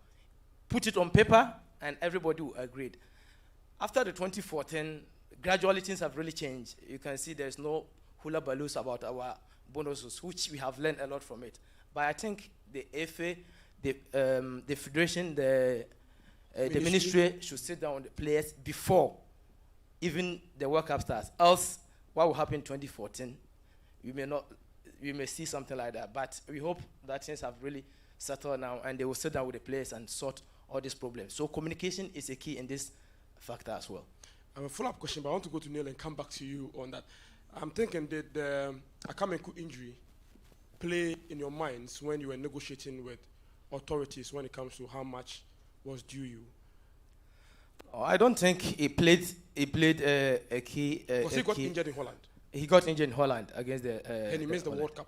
He missed the World Cup. Yes, it wasn't a key. Like how I said, the problem with the bonuses started in Slovenia when we had the friendly game against them, and what we were thinking was, okay, 2010 they got this, 2014 the bonus have increased. No, 206 they got this, 2010 is this, and 2014 things have increased. We communicated to a lot of our colleagues outside, and we see what was going on there. And like how I said at first, mostly you don't have insurance.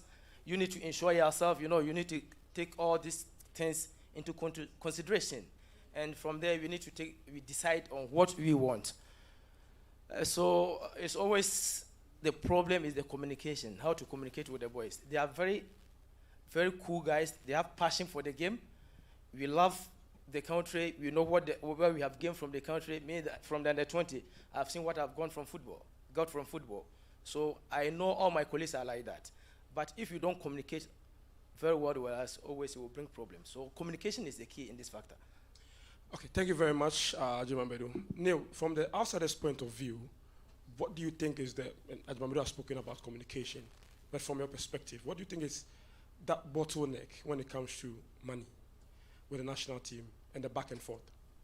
Well, I think, Ajiman, he nailed it when he talked about the communication side. And if you make reference to what I also talked about, I talked of stakeholder engagement and the timelessness of that engagement.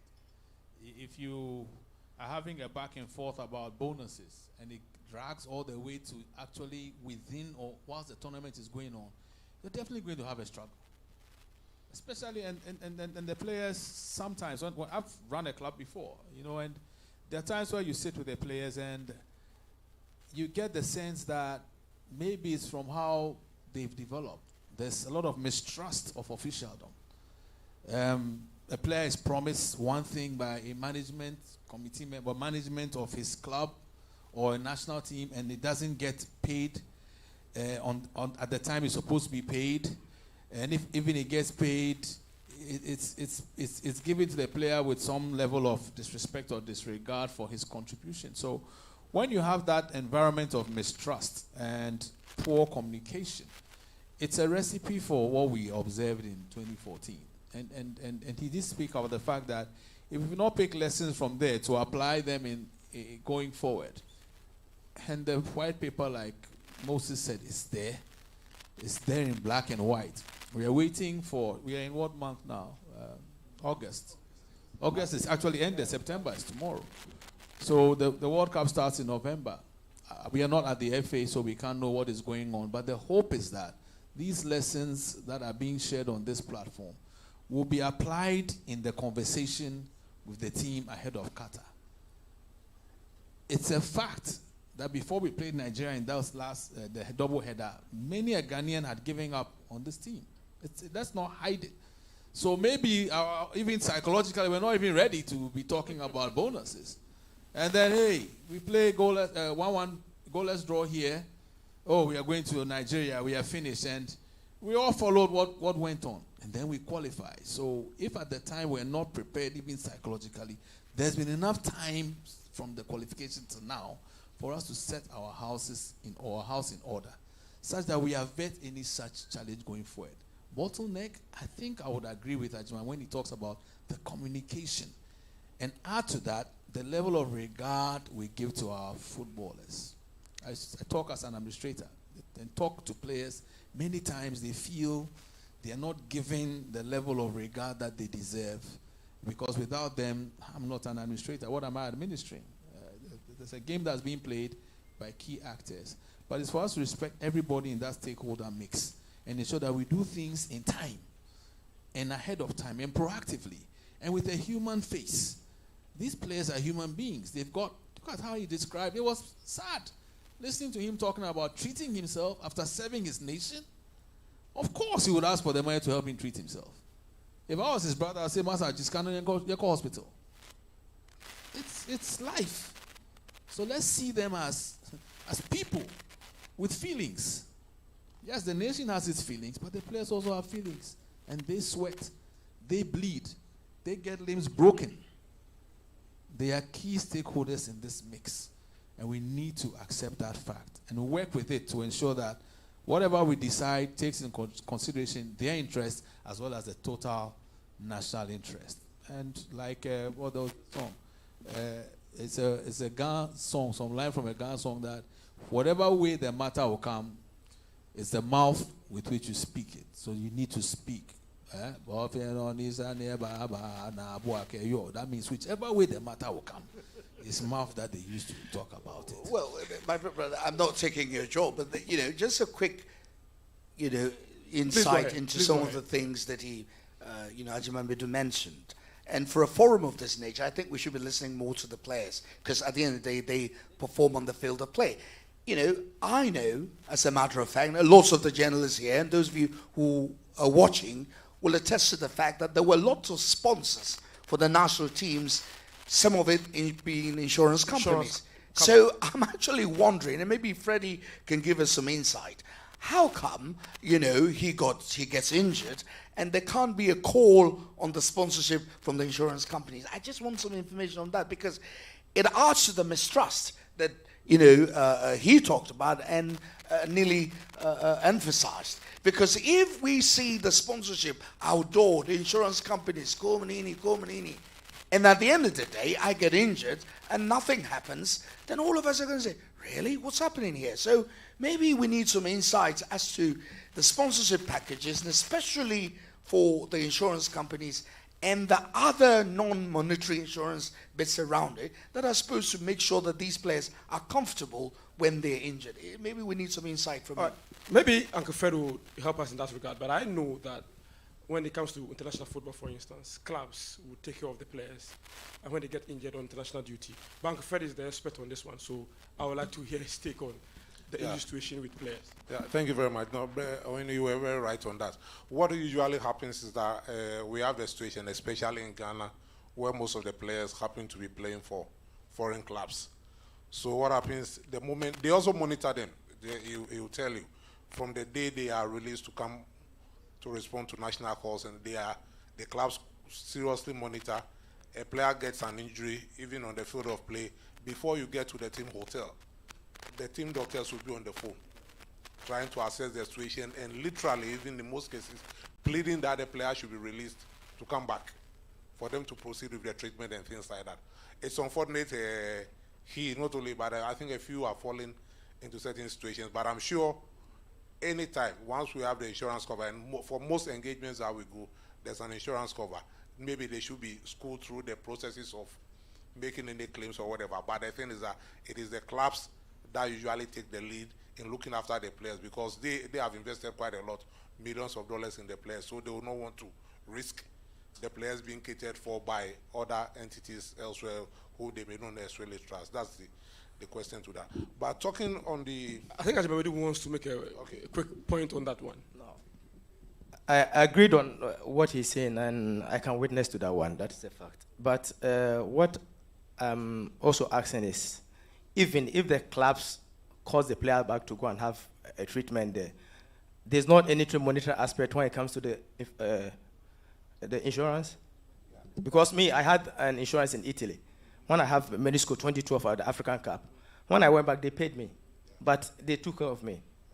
So I'm just asking if even the player goes back, if he can make something small, because in the national team, you know that at times when you get injury there, you don't get any bonus from it. Okay, I do get your point. It's not something small, because it's your due. Once there's an insurance policy or package covering the player, if you go out there and even the club takes care of you, if there are any benefits that should be due you, as per the FA's sponsorship agreement with the insurance company, I believe you should be able to retrieve that. So it's whose responsibility to tell the player that you need to... That's what I'm coming to. So what I'm saying is that you did make a mention of the fact about communication. So maybe what will need to be righted or corrected now is for details of these kind of things to be made openly clear to the players, even before the event.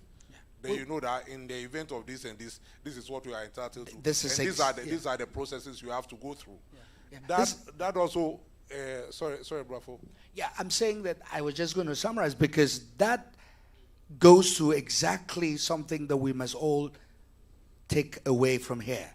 That part of the support for the Black Stars players for Qatar 22 should not just be appearance fee and all of that. The insurance package that ensures that these boys, when they go and they get injured, will not be catered just by their clubs, but also the sponsors around it will be helpful, and the processes for accessing the insurance. That will be helpful. I think that should be a takeaway from here, that we have all agreed that the Football Association, in looking for sponsorship for the Black Stars for the World Cup, Qatar 2022, there was, breakfast and $25 million, all of that. There were insurance companies that were present. So my suggestion is that the insurance companies that are going to support, tell us how much you're putting in and the process by which these Black Stars players can access it. I am confident that if these players know this, then they're not going to charge the country $100,000, because they know that there's also $20,000 available if they get injured. And all of us will see it, and then the processes for accessing it. Thank you very much. Thank you, Brafo. Back to Neil again. Back to Mr. Fred Papu. Yeah, thank you very much. I believe we are talking about the issue of communication, so that's quite key, and it behoves on every actor or stakeholder to make sure things are transparent and then open and known to everyone. In this particular context, I don't think we should be talking only about the Black Stars when we're talking about insurance, because I believe most of these companies who sign insurance sponsorship for the FA also do so for the other national teams. Sometimes you sadly hear of, especially the ladies, getting injured and then staying out for quite a lot of time without even any remittance or maintenance during the period of injury. So definitely there are improvements that should be done on that score. Now, talking about quantum and negotiation and things like that, I believe there are two key things. Some of my co-panelists have touched on that. One is the timing. The other aspect is the trust. Of course, communication, we've spoken about it. And then representation. Who represents the players? You see, there's a bit of there's a bit of a challenge when you're talking about representation, especially. You're talking about the playing body's leadership. Exactly, the playing body. From the side of the FA or the other side, it's almost always the FA, the ministry, and then if there's a sponsor around who's very dynamic, maybe the sponsor will be there. But more often than not, it's the FA and then the ministry. At least 2 or 3 that I've been involved in. We had the minister and then the chief director plus the FA leadership meeting about 6 or so of the player leadership. Sometimes there's a bit of a problem because you may not even know which player will be in the squad for the tournament. But then you are fairly safe to assume some 2 or 3 senior players may be in the squad. So you meet with them, you do the negotiations, you agree. Well, whatever you conclude at that time, you must make the players know that definitely these will be subject to what is available at the national coffers. So it doesn't mean that if at the meeting stage or the negotiation stage, there's a finality around $60,000 or $40,000 per player, it means definitely that's going to be the case. It could even go to the government and they may increase it. You never know. But at least you make it aware. At such a table, you put all your stakes on the table. That's fine. This is the conclusion. We think this is fair. We are communicating it to the next level, and they will revert to you. That is number 1. Number 2 has to do with the timing is very important, because in normal negotiations, if you don't go into the negotiation at the right time, you will find yourself at the wrong end of the table. For example, if you wait till a day or 2 before the kickoff of the tournament, then you go negotiating with the players, you are definitely going to be in a bad situation. Because if the players say they want 200,000 and you can only afford 100,000, you cannot argue your point, because if they insist that if you don't give us, there's no way we are going to play the match, or there's no way we are going for training. So the timing is very, very, very, very key. You must match the timing of the negotiations as to what the players are going to be entitled to make sure that you don't find yourself at the wrong side. Trust is very key. Well, I've not had the experience, at least during our times when there was that much mistrust. I'm sure Ajman Bedu will tell 2010 AFCON in Angola where he was, and even the World Cup before the injury took him out. There was no problem of trust because the players knew the FA at that point and the government or the ministry had been delivering. So whatever you agree upon, fine. But the moment the government side starts reneging on their side of the bargain, these boys will be watching you quite clearly. It will get to a certain point. If you say, okay, we are ready, we'll give you this, we'll pay into your accounts. They don't trust you.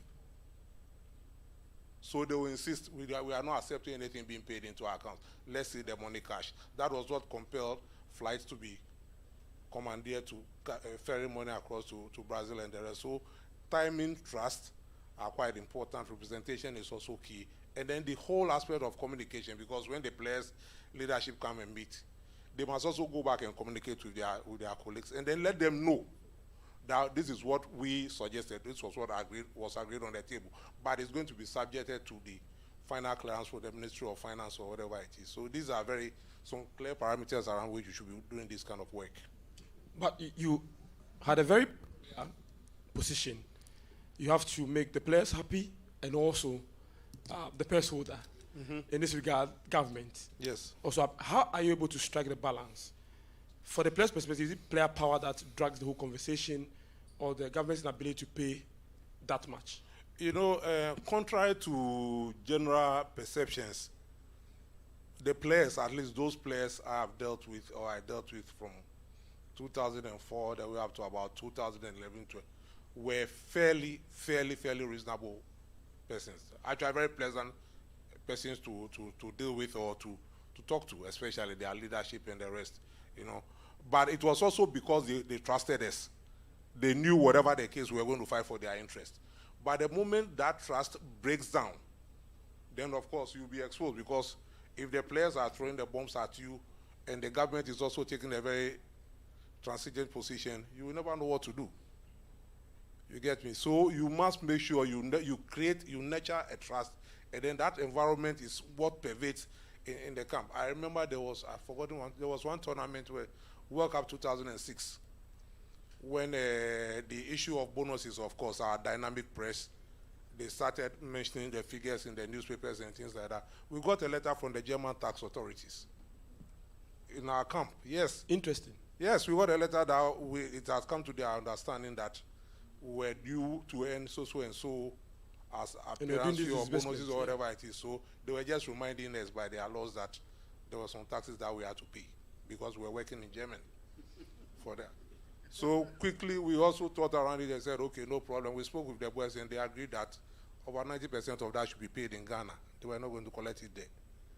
There was a trust issue because there are a lot of dynamics around this thing. And the worst you can do is where you are dealing with people who do not trust you. So it's absolutely important that you maintain a high credibility and integrity when you are dealing with the players on this issue. Rafo, your committee, if you want to talk, I have a key thing to talk to Mr. Moses and Mr. Papse. Okay. One thing about footballers, we are very easygoing. If you know how to relate with us. That's why Mr. Papse was saying his time, he never had any problems with us. Imagine if you come to a national team, I'm still insisting on the injury side, got injured, go back and send ex-footballer. I play in Italy, so I speak Italian. Stephen Appiah speak Italian. Sule speak Italian. Send an ex-footballer who speak Italian to the club to check on the player. What benefit would the player get from it? It makes a good impression on the player. Exactly. The club will respect him. Anytime the national team needs him, they will make him available. You didn't have that kind of great relationship with the national team. I remember the national under 23, when we played against Nigeria, we lost 3-1 there, and we came home. We played the game in Kumasi. Most of the professionals, you didn't get them because it's not FIFA sanctioned games. Yeah. I went back, Inkum went back, and they granted him time to come and play the game. Most of the players, they didn't. I went back, sat down with the president of Udinese. I told him that, you know, you people have a good relationship with Ghana. This is a crucial game for us. We went with all our stars and we lost. We can't just leave the team like this. He said, yeah, okay. Ghana, yes, I think you have good relationship. Oh, Stephen Appiah. Then he started mentioning the Liberty players they came for. And they have a good relationship with Alex Asante too. And they released me to come and play the game. So mostly if you get injury and he goes back, send somebody to go and look after the player. Just say good morning. Oh, club, the player was with us here. He got injury. So the FA or the government sent me to come and check on the player. It does a lot for the footballers. Very interesting point. Can I? Yeah. Very, very interesting point. No, yeah. It's a very, very, very interesting point. It's extremely true. Freddie, not to cut you short, but I do remember when Essien got injured, the former President Kufuor went to visit him in hospital. London, yeah. And I think it was fantastic. Now, currently, we have Inaki Williams, who's injured. Apart from trolling on the social media, I think it is important that one of the takeaways from here is that let's see how we can find out how he's doing. And if somebody is close to Spain, send a delegation. Let's go and find out how he's doing. I think that will help. Our own party is also injured. Yes, for that would be about 4 weeks. fantastic. Yeah. Yes. And Pate, I think Pate is also injured. Pate is injured. I think let's do all these things to make sure that the boys feel that they are loved. Thank you. Uncle Fred, you have the floor. Yeah, no, I was just going to add a little point. You remember, as a matter of fact, I totally forgotten. Just about last year, after one of our qualifying matches on the flight, our coach, Otuado, came to me and then we were chatting. Then they said, "Oh, Fred, I want to once again thank you so much for being part of the team that came to visit me when I got injured in 2006. Wow. I totally forgot. And he was telling me how that actually lifted his image amongst his colleagues and the footballing family in this. So these welfare issues are extremely important. I'm sure the FA would respond to that going forward. Thank you. All right, thank you very much, Fred Papo. Neil So Armstrong. you see, in the long run, it's about how we handle the key actors. Sure. That's the summary of this whole thing. And I said earlier, is to see them, and Najima said they are cool, they're easygoing. It's about how we handle them. So that then it doesn't become a big issue later on. And what does it cost? We talked about even flying somebody there. We have embassies in a lot of these countries. Italy, there's an embassy. So it doesn't even need you to send somebody from Ghana. It's the embassies over there. If we see our national team as the eye of the nation, as the flag bearer of the nation, it becomes easy to do these things. But when the perception or the philosophy is not there, you won't see it. So it's a philosophy, it's a paradigm thing. The paradigm that this 11 players stand, all right, as ambassadors of this nation. And so if any of our ambassadors gets injured, we must invest in ensuring that that ambassador feels loved, feels cared for. In the long run, when it comes to talking about things like bonuses, you will remember that when I was hurt, somebody from the embassy came, the ambassador, the consular, or whoever came there to just visit me or placed a phone call. And then it helps. The players are the key actors. Well, I know watching your MC, probably we're running out of time. Let me just deal with some specifics. Okay. Recommendations which will be guidelines into what we do for Qatar 2022. First of all, what teams should be negotiating? Freddie also talked about time. I think it is about time. So when it comes to Qatar 22, I know this FA is very proactive and the ministry is also very proactive. Today is the 31st of August. I think it is about time that the FA, together with the ministry, sit down. And the parties that we recommended at page 58 of the report, and this report, this particular recommendation was accepted by the state. The white paper accepted it. The parties for the negotiation should be the Ministry of Youth and Sports, the Ghana Football Association, and representatives of the representative of the players. Now, we know that we don't know the team that's going for the World Cup, but at least we know who the captain of the national team is and his deputies. You get what I'm saying? So that should be easy to constitute. And I think it's important that the FA begins to implement what we have all agreed on. So I've talked about the time. It's now. We have to start. And I've talked about the constitution of the people that should participate in the negotiation. Now, what should be the calculation? How do they work it out? How much is too much? Well, very good point. Our recommendation was to set a ceiling of $100,000 because the dollar is fixed. I don't want to talk about where the city is going.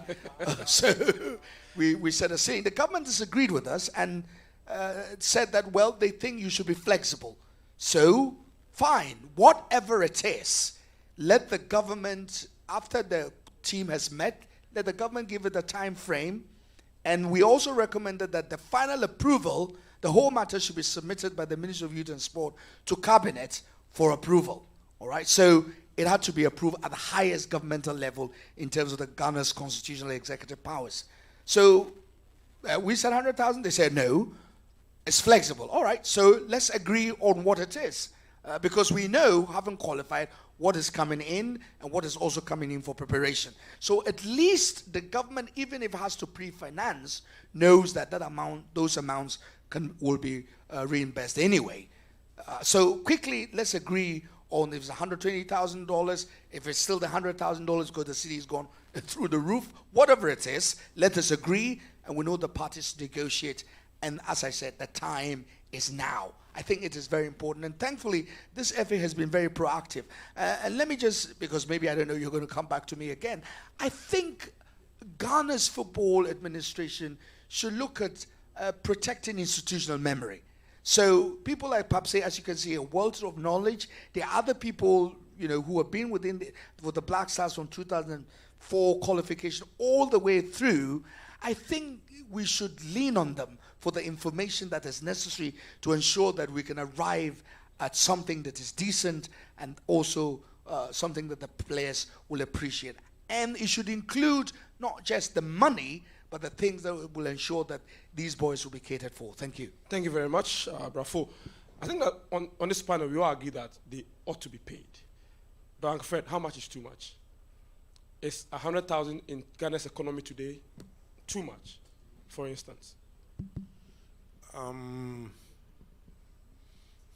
That's an interesting proposition. I think, fortunately, I wasn't in the position of Brafo when they recommended the 100,000.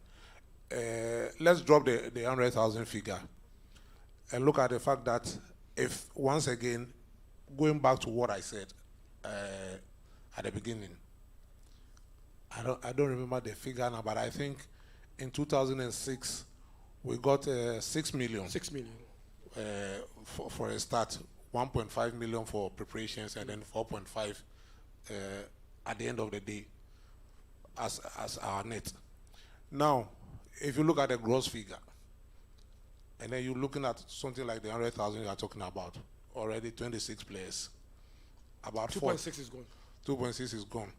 14 or 15 technical team. And now in modern day football, the technical team is not your usual coach, assistant coach, goalkeepers, trainer. There are quite a lot of people. Video analysts, backroom staff, and all the rest. So just look at that chunk that would have been gone. Then let's not forget, monies were spent to get the team to play the qualifying matches. If you do all this arithmetic, you realize that you are literally at zero. Yeah. If you make all the deductions, like Brafo said, I remember in between 06 and 2010, 2011, the average cost per match was in the region of between $400,000 and $600,000, $700,000. You play a minimum of 6 matches before you qualify. Sometimes you could play 8. Just do the calculations. So if we do all these rough calculations, we'll come up with a figure that should not be so detestable to Ghanaians, because a chunk of it will be coming from the government anyway. The World Cup sponsorship money will not be enough to pay if you're talking about 100,000. So I would not want to look at a figure now. Of course, we can be governed by precedents, but I think 100,000 is a bit on the higher side, personally, looking at the arithmetic and the finances of the reality. I think that's a bit on the higher side. But then we should look at all these things and factor and come to a very clear agreement. And I know the players fully well. If you explain all that to them, that look, ideally we would have wished to give you $100,000, but this is the situation. And they would also agree that if they insist on a certain amount of money that appears to be a bit over the board to Ghanaians, it will fuel some kind of rejection. People will immediately start doing their against that we all do not want, So I don't want us to do that, but I think the discussion on the figure should be open. All the parameters should be put on the table, and then the leadership of the players should be explained to us. These are some of the issues that we have to look at. That is number one. Number two, coming back again to the appearance fee, we are talking about it should be progressive. I do not think it should be a fixed amount. If even at FIFA, at the World Cup, if we go beyond the group stage, we get something, So I'll be more inclined to look at maybe agreeing on a certain percentage of whatever comes to the nation to be shared amongst them, whether it's 20 or 40% or 50%, to be shared amongst the players as top up for the appearance fee. I believe we should be looking at those kind of things instead of rather looking at the quantity first. We should look at the relation, at the proportional figure. 20%, 50%, 60%, that is it. All right. Let me come to Ajumame. Ajumame, if you're a leader of the Black Stars today, and in 2014 you receive $10,000, and the FN ministry comes to you today and says, based on the prevailing circumstances, they are paying you $50,000, for instance, would you agree? Well, it all depends on what we have been saying. The communication, the things you put on the ground for the players to understand that, okay, we are well secured, so even if you are going for this one, everybody would agree. Like how I said, we are not troublesome. We are very easygoing. When you communicate very well with them, they are easygoing. So it all based on how you talk to them, sit down with them, open up to them, and let them know what is going on. Because why did they come and sit there with you and negotiate? He needs to go back to the boys to convince them to understand. And that is where the problem is. That is the teammate. That is always where we get the problem. I've been on the communication board with Mr. Fred Papo and Mr. Nyantachi and one of the ministers, I forgot his name. And after we went back to the guys, I was sweating. Because you have to defend what you've agreed. You need to defend. The minister came and said, guys, we just came. There's no money in the system. Let's do this. From there, we need to go and do this. Okay, he's trying to take something from the bonus, which is a bit of fix there. How are you going to communicate with the boys? Because they think, okay, so we were born a boy and yes, can he be? BGB no. Now he's not agreeing. It's a key. Oh, he have played football. He's been in the national team for 10 years. He have gotten his $10,000. Now he think we are just coming now, and he said 8,000, 5,000. Washada. So it's serious. So the communication should be very key. Talk to them, open up to them. Don't hide anything from them. And let the captain go and know how to talk to them and open up to them so that they will understand. I can't bring a figure, but let them be happy. Let the players be happy. Neil, does the lifestyle of our politician, right from the word go, betray them in this negotiation with the players? Because, for instance, if you are coming to a meeting and you are driving a V8 and you are telling me to take a $50,000, I will look at you and say, no, pay me $100,000. Does that kind of bring a conflict between the player power and, of course, the government? It's a very, very interesting question. It's a very loaded question. But if we want to be honest as a people, if you are telling me to take a cut, if you like, of what I think I deserve, and you are not showing by your example that you are taking a cut, why should I take it? That's my blunt answer. If we are being so wasteful, if we are being so intransigent about very obvious things that we could do to better manage our nation state, and our lifestyles portray some sort of I don't careism, as I call it the impunity of leadership. And I'm not referring to any particular political dispensation. We've been in this country since 1992 when multi-party came to more or less stay. And we see sometimes the open display of opulence by our leadership, our political class. And you come and the man is sweating and bleeding. And in his mind, this is the only chance he has to get something that could help him manage his situation. If I don't show by example that I'm also ready to make the sacrifices necessary for our nation to be better, the player will rebel. The player would more or less say, I'm following your example. And if your example is one that displays the kind of things that we are describing, it becomes difficult for the player, all right, to accept it. The same with the citizenry. If the citizenry are going through some pain, and they find that look at what happened in England. I think when the COVID-19 pandemic was on, there was a law that precluded the holding of parties or social events. And the Prime Minister, and then some other minister, all right, they were having a party. And then when he was asked, he was like he wasn't sure whether he was in a party or not. I mean, I may be just paraphrasing it. You saw what happened to him. He was held to account. How much do we hold ourselves and our leadership to account? And so when the chips are down and you're about to go for a major tournament, the players have watched everything you are doing and say, oh, now is our time to, in quotes, all right, show you where the power lies. They will show you where the power lies. And so it's a clarion call that, and not only politicians, anyone in leadership, we need to show the right examples. Because not all the days are equal. There are sunny days and there are rainy days. If you show the right example when it's a rainy day and you're calling upon everybody to put up that umbrella, which is like a pay cut, we'll all take it because you have shown by example that you have taken it as you go along. But when we see the displays of opulence, it becomes difficult. And I will just say, I don't know why you asked me that question. But I hope I've tried to do justice to the question. You have. My boss was laughing, so I'm sure you have. But, Council, did that also culminated into what we saw in Brazil 2014? The mistrust between the government reps negotiating with the boys and how the negotiation prolonged.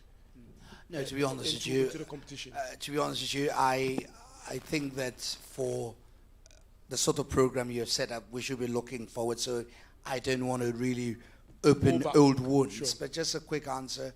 Well, yes, there's a lot of mistrust. The findings of fact are very clear in our report. And I think the lesson from all of it is that we should negotiate on time, and the principles that we have agreed should all be fulfilled. That's all, simple. And we go with it, all right? I think it is important that we don't waste any more time from now, because tomorrow is 1st of September. There are friendlies set for the 23rd and the 27th, and then we are there in Switzerland, playing Switzerland, and the competition is starting. All right, so I don't think there's any more time to waste, because that will hurt the progress that we have made. The other thing I want to make is that, look, there's a distinction between the appearance fee and then the bonuses, the winning bonus in the tournament. During the tournament, exactly. When should it be paid and how should it be calculated? I mean, our own view, and I think as all of us have accepted it, I think they started implementing it after the report we had tendered in. Look, you can't say you play one match, then you are paid $10,000. You lose the other two matches, you get kicked out, and you've collected your $10,000, off you go. That's not too fair. You know, if it is winning or qualifying from the round, group stage, then let's all agree. So if we qualify, this is what we're getting. If we don't, then of course it has to be redacted. So I think it will be fair. Ghanaians will understand that. You can't just win one match and then you don't qualify, but you take $30,000 off your run. That's not a very good thing. It's just like telling a boxer, you know, there are 12 rounds. If you fight round one, we'll give you 100 cedis. No. I mean, you know, that's not how it happens. And in athletics, it doesn't happen that way. I know the footballers are going to say they're different sports. That's fine. But I think it is important, and I think that the teams have agreed. And, you know, Ajiman Bedu made a very good point that since then, there has not been too much noise about qualifying round or winning bonuses that are paid. I think the amount was $10,000. It came down to $5,000. I think it's gone back to $10,000. That also has to be agreed. Then we all know it. Is it $10,000? Is it $12,000? Let's all agree on it, and then we know when we are paying it.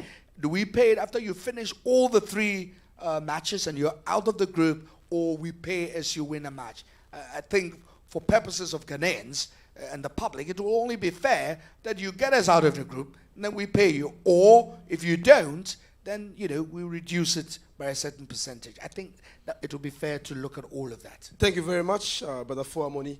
I'm sure my MC is ready to pick some questions from our audience, but I would want to ask Fred Papo this final one before we go. There's this general perception that when it comes to the negotiations, the leadership of the AFA are always behind the players, pushing them to demand more, so that they also get more based on the coefficients calculation. Okay. Well, let me help Fred. Let me help Fred even before he answers, because the report, you know, he was a very good witness before us.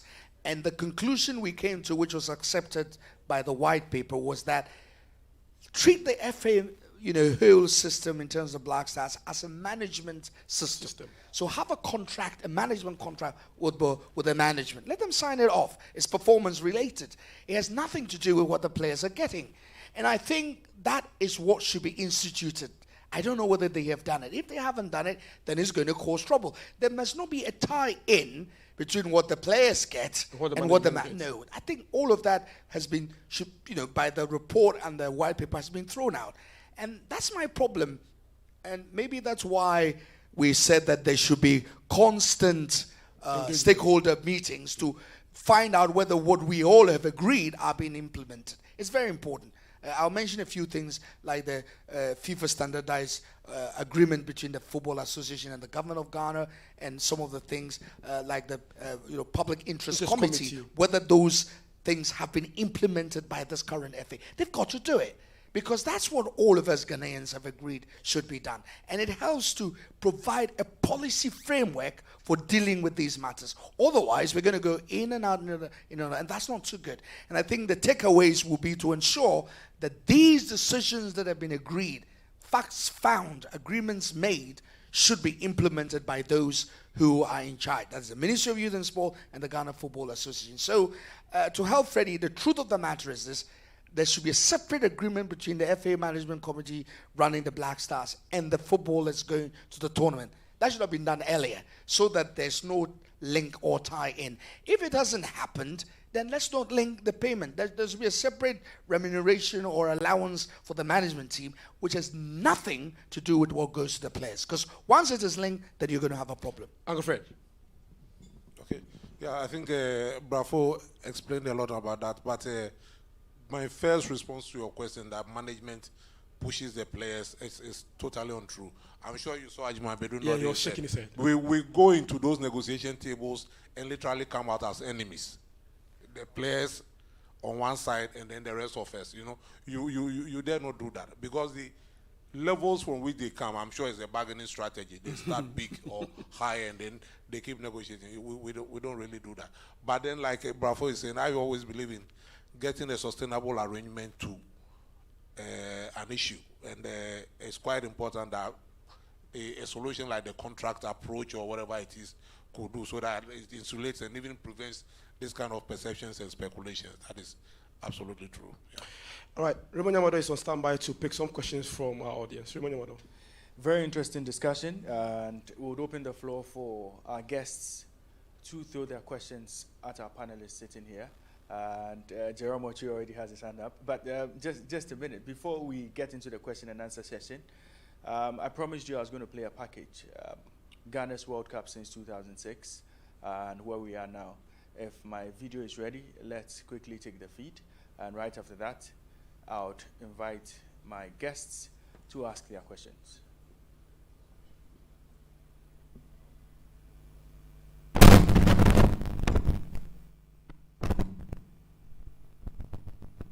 The Black Stars of Ghana first appeared at the World Cup in 2006 after several attempts, despite being considered an African football powerhouse with 4 continental trophies to their name.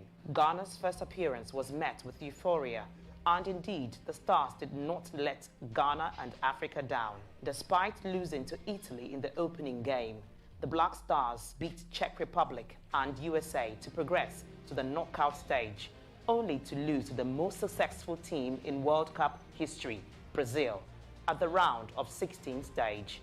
Each player received $50,000 as appearance fee. The Black Stars made their second appearance at the World Cup, this time on African soil in 2010.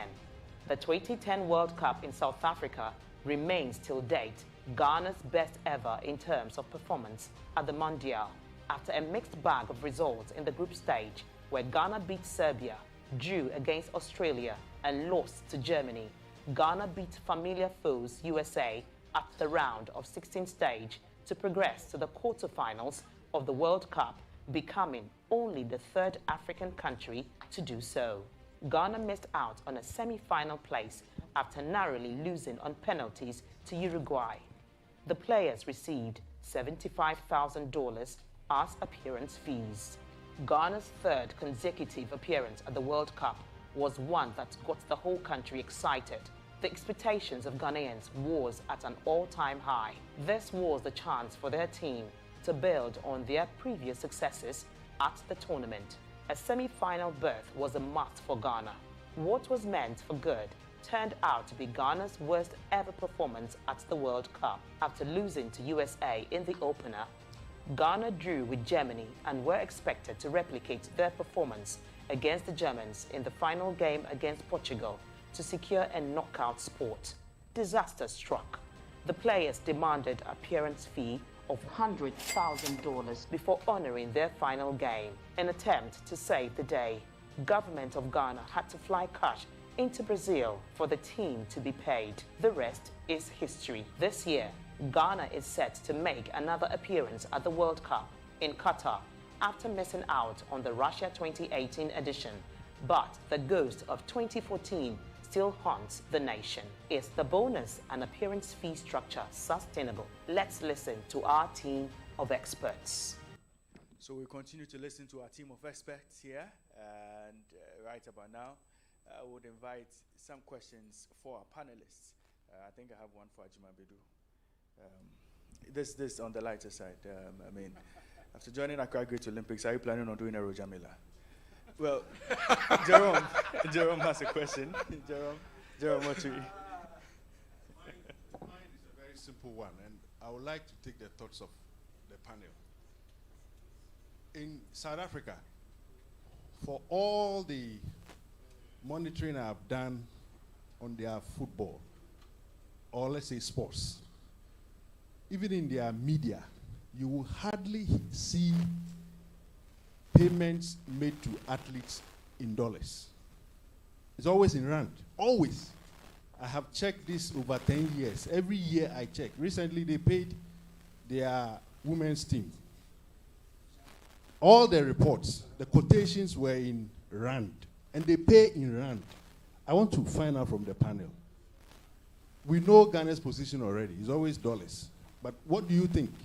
Isn't it time that we stick to the local currency? I mean, payments are made in the local currency. What do you think? Thank you. All right, so Fred Papa will take that, and it will go around, and I'll pick 30 seconds thoughts on this one. Yeah, okay, thanks so much. Fortunately, I think as per my recent last association with the team, the winning bonuses were paid in cedis. It's as to a converted dollar equivalent, but you are paid fully in cedis. Yeah. Okay. All right, so that ends it. So, Ni? Thank you very much. Good afternoon. Mine is just a contribution in furtherance to what Senior Fo said. I think the issue of sustenance of the fee is already settled by the white paper. And if we make reference to it, I'm sure it will deal with this issue once and for all, because I believe, just quick reference, page 21 of it deals with that, where it actually pegs it as a percentage.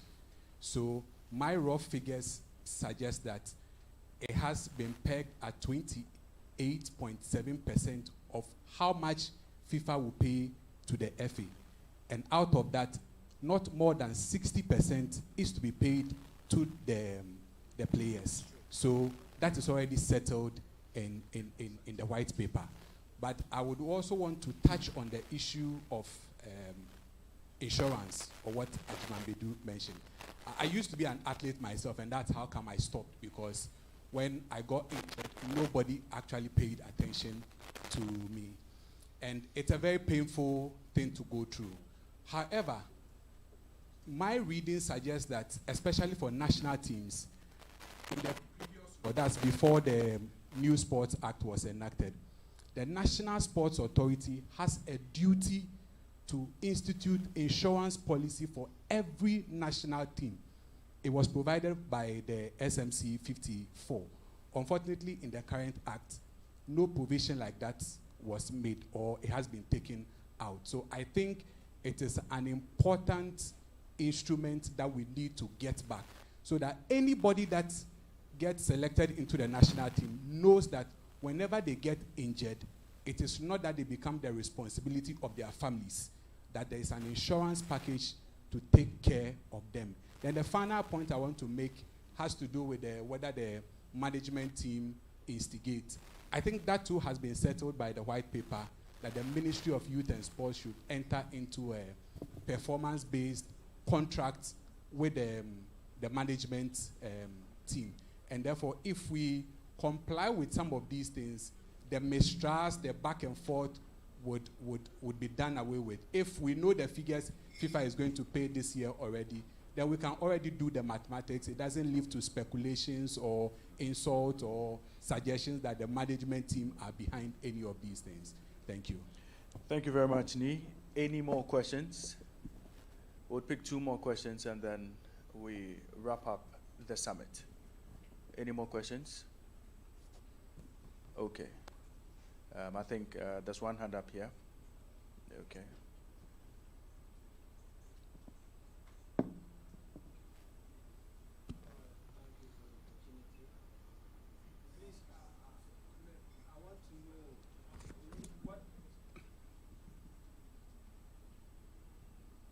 Please, can they give me a justification for the money being paid to all the technical team, whether you are a player or you are not a player? I can't just understand why everybody is paid the same amount and you don't play ball. Okay, so who is speaking this one? Bafo? Well, it's a very good point, because in our investigations, all of you remember, even the equipment person received the same amount, and we found that a bit strange. So the recommendation with the government, its white people also accept, is that we got to categorize the levels of the technical team. I mean, the coaches and those who actually are involved are totally different from the other ones who are offering some services to the team. And so you got to graduate that. You can't. And all of that has to be ironed out, all right, and discussed before, the team starts on the final phase of preparation. So I agree with you. It's not everybody that is a technical person per se. There are grades of the technical team of the national team, and all of that has to be set out in terms of who gets what, all right? I know that the coaches get double and all that kind of stuff. I think all of that has to be ironed out properly. And right now, Ghana has got a technical team of 4. So it's not just one, or a head coach and his assistant. So it gets even a bit more complicated and a bit more complex. So all of that has to be ironed out, made open, so all of us know what's going to happen. I think that because of what we're doing, the FA will wake up and do what they must do. I think that is very important. So if we don't learn the right lessons, then you will repeat the mistakes of the past. Yeah, just to assure the questioner, that is being done. All the technical team do not get the same amount of money. Some, I think the head coach also gets twice, as per the contract that it negotiates with the FA. Another level get about 70% of what the players get. There are others who also get 50%. Others, it's quite clear. It's not a uniform figure. Thank you. Thank you very much, Uncle Fred. And Kwame Jumajuman, I'm told you have a question. Kwame Jumajuman, Communications Director, Legon Cities. Kwame? Okay, very well. Thank you very much. Before we go for wrap-up comments from our panelists, I would want to acknowledge, or want to say thank you to Accra City Hotel. Accra City Hotel, our hosts, we say a big thank you to you. Perception Management International, they have provided us with all the logistics you see here. The screens, the beautiful screens you see here. Perception Management International put everything together for us. We say a big thank you to you. Our media partners, Happy FM, ETV Ghana, YFM, and Ghana Web, we say a big thank you to you. We'd also want to acknowledge the presence of some dignitaries here. Osei Kufo is head of the Y Triangle. George Amponsa, head of sales, GMA BC. Fafagbeo is the head of HR, GMA Group. And then we have Elikondo, PRO Star Times. Rita Osei Asari, General Secretary Hockey. We have Jeffrey Manzan Owusu, National Sports Authority Director of Sports Promotions. Mark Kwashi, NSA Sports Development Officer. And then we have the Queen of Stand-Up Comedy, Jacinta, is also here with us. And we also have Kwame Jumajiman, Director of Communications for Legon cities. We'll go for wrap-up comments from our panelists. But before that, Ohene, I have a quick question for Ajima Bedu. Please do. Ajima Bedu, Yes. World Cup, no. Unya Obebo. David. I have been home for long. I just started training 1 week ago with Great Olympics, and I'm preparing for the Ghana Premier League. I need to get my fitness 120% because even the GCs we have played, I've seen that there's too much physical. The game is too physical here. So I need to be ready for this. I just want to help the guys to grow. They are very talented and to bring excitement to the Ghana Premier League. That's what I can say for now. Well, so the message we are going home with is that Ajima Bedu doesn't want to do a Roger Miller. Thank you very much. All right, so closing comments from our panelists, and I'll start from Mr. Fred Papo. Thank you very much once again. And you can come with your recommendation as to an advice to this the current leadership of the FA and the ministry on the best practices going forward into negotiations with the Black Stars. Okay, thank you very much. I think my recommendation will start from the general public. I believe we always have to constantly remind ourselves that the national team is the only national team we have as Ghanaians. It is sadly not a national team representing only a section of Ghanaians. It's not a national team for Olympics or for Kotoko or for Hearts of Oak. It's not a national team for NDC or NPP. It is not a national team for Gans or Ashantis or West. We must always look at the national team in that light. Far too often you see or you sense a certain kind of division that at every point in time, whoever is in power or whoever is at a certain point in office, whether it's Keto Kreku or Mr. Dr. Kofi Annan, or whoever it is, we have others looking at things the other way. We must always put every sense of nationalism aside and look at the national team as our national team. So that whatever ideas, of course, ideas and divergent opinions are always welcome, but we must do that to make sure that we are enhancing the unifying nature of the national team. That's my first advice. And for the FA, I think so far so good, but then the task ahead is not easy. Going to the World Cup is not an easy thing. Qualifying is good, but I can assure you, staying there and playing is far more difficult. We must do whatever we can to avoid unnecessary tensions or unnecessary issues. And like Brafo said, the time for settling the potentially contentious issues is actually now. Let's just do that immediately, get ourselves ready. We make sure the boys are in the best frame, and then we pray for success in our next outing. Thank you very much. Neil Armstrong, Waterway. So just to pick a lead from what Fred said, there are many things that divide us as a people. The national team of Ghana has been one of the places where we can all unite behind a common purpose.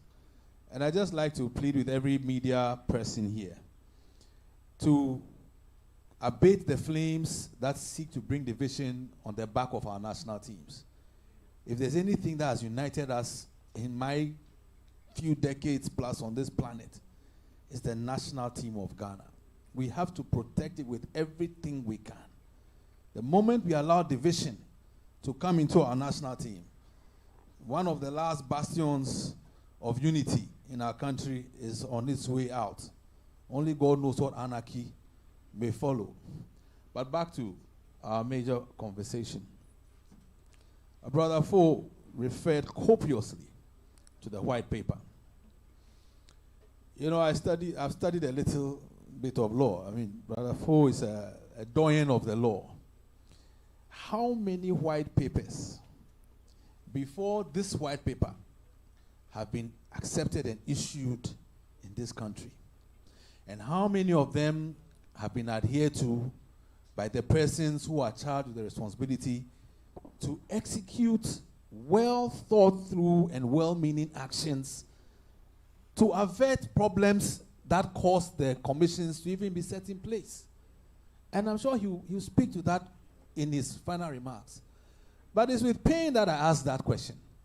So there's a white paper with so much memory, so much factual basis, and so much wisdom in the recommendations made. And it's possibly sitting on some shelf somewhere, not being referenced towards coming to a certain action step that averts potential problems going forward. It's my prayer that our current Ministry of Youth and Sports and our Football Association, and just as an aside, it will be useful to ask the FA what is being done so far. Because Brother Fo talked about the time is now. Papse talked about the time is now. But it would be good to know whether or not something has even been done already. Maybe they've gone ahead of us. We don't know. So in fairness to them and the ministry, it will be useful to find out where are we in this whole process. But back to that white paper. I was praying that, and I'm still praying, by the way, that leadership of the various stakeholder groupings, especially our ministry and the FA, should go back and reference the white paper. It has the force and the backing of law. Is it the case that we are not implementing it out of ignorance or out of negligence or out of a simple disdain for work that has been done before by both our peers and seniors? It's a prayer that they go back to it and pick the letters of wisdom from it and execute. The next forum we may have here, we will not be talking about this thing. We'll be talking about, like Brother Fo said, the future. Those were my closing remarks. Thank you. All right, thank you very much. Ajumamedu. Well, what I will say is, we the footballers, we love the nation. We know the kind of support we get from the nation. I remember when we came back from the 2014 Wahala. We had a qualified game in Kumasi. We were in the flight going, so when we were about to land, you know our Ghana supporters, how they are. They will be at the airport to welcome us. Asamoah saw the airport was empty. He said, hey, and so you could see the passion when we see the supporters, how it gingers us to work. So we are not money conscious. Let's put that aside. We work and we're supposed to be paid, which is a fact. So please, once keep supporting the team. They need our support because when we see them at the stadiums, it changed everything. Without them, we are nothing. So they should keep supporting us. Those who can offer to come to Qatar, they should come and support the players. And I know by God's grace, they will do a great thing for the nation. Thank you very much. Well spoken, Emmanuel Ajumamedu. Well spoken. Brother Fo, your final words. Well, let me, first of all, start by commending my good friend Boateng and all of you for putting this up. And my first recommendation is to challenge you to fulfill the mandatory provisions of our recommendations. The stakeholder engagements be held in respect of this, the Commission's report. And I'll just give you one example that will be very helpful. An issue of, we called it legacy recommendations. We said that Ghana should have a style of play. And indeed, we put together the best of our coaches. Coach Ade, all of them are dead now. Ade, except the secretary, Coach. Yeah, exactly. Ade, Afrani, what's it called? Osam Dodu, all of them. Including the one who became FA president. I've forgotten his name. Ben Kofi. Uncle Ben was the head of it. And in fact, the one, even Didi Dramani was part of it. He's alive. And then Coach, he does a lot of talking. Chris was also part of it. So I'm praying that my next challenge is for you to hold a seminar or a workshop on the technical aspect of the game as in respect of the legacy recommendations. Because if we do, then our technical director will be chosen as somebody who can fulfill who we are as Ghanaians, the way we play. It's very unique. I doubt anybody go through the archives of the Black Starlets, 89, 91, 93, 95, and then the Black Satellites of, their year group, but also the 93 year group. They were fantastic. We have a way that we play. One of the things that pleased me was to be at the stage where Ghana played Brazil. We lost 3-0. But to be honest with you, Brazil for a omontam kasiye. We played them off the field. They won 3-0, but when it came to the football, what they call Ojogo Bonito, the beautiful game, we're better at it than them. And that was even without Michael Essien. All right? So I think we need to do this, and I'm recommending that we continue this. The second thing is, we know what we want to do. He gave you the data and the statistics and how to calculate. All of it is there. The timing, the people who be involved in the negotiation, the process of it, and how it has to be finalized by cabinet. So we know what to do. So the ministry, the FA, and let's start it. Let's get it on. Let's not waste any more time. And it's even good if we do it before the team is known, so that nobody can hold Ghana us to ransom. I have been chosen. So if you don't pay me, I'm not going. I'm sorry. Right now, nobody knows the team. But at least we know the leadership. So we can negotiate. When you come and you join the team, you sign it up. This is it. Or, sorry, you're out of it. Okay? So I think it's important that we take those steps. The other thing is to say that all of us want the Black Stars to succeed. And I think it is time for them to succeed. Trust me, what we lost 12 years ago is time for us to recover. And I can assure you that the game against Uruguay, we will win 2-1. We will win 2-1.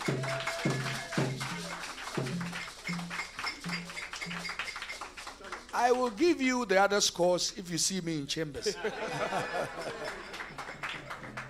But we can only achieve that with the physical preparation and also spiritual preparation. So we need to pray.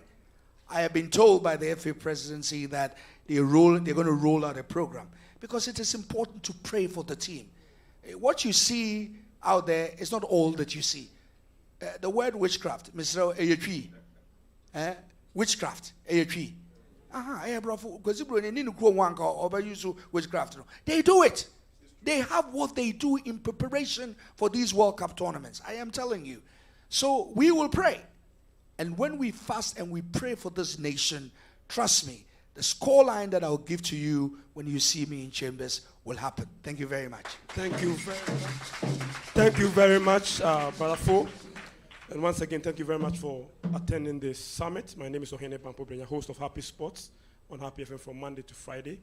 I can assure you that there's loads of sports content coming up on ETV Ghana. Please stay with us. I'll hand you over to our MC, Raymond Yamado. Thank you very much, Ohene Bampobrenya. I would like to say a big thank you to our panel of experts, Mr. Fred Papo. Thank you very much for joining us. To Mr. Neil Armstrong Motagbe. Thank you very much for joining us here this afternoon. To Ajiman Bedu, World Cup winner. Thank you very much for joining us here this afternoon.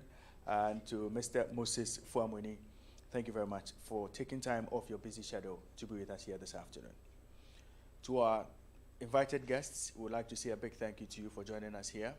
You took time off your busy schedule to be here with us, to be part of this very important national discussion.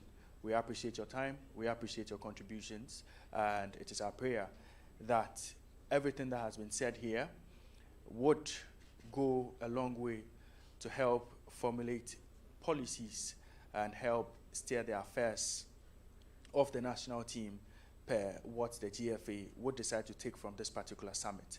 We'd like to say a big thank you to you once again, and to our supporters here, the Die Hard Supporters Union, led by Apirugu Chakapama.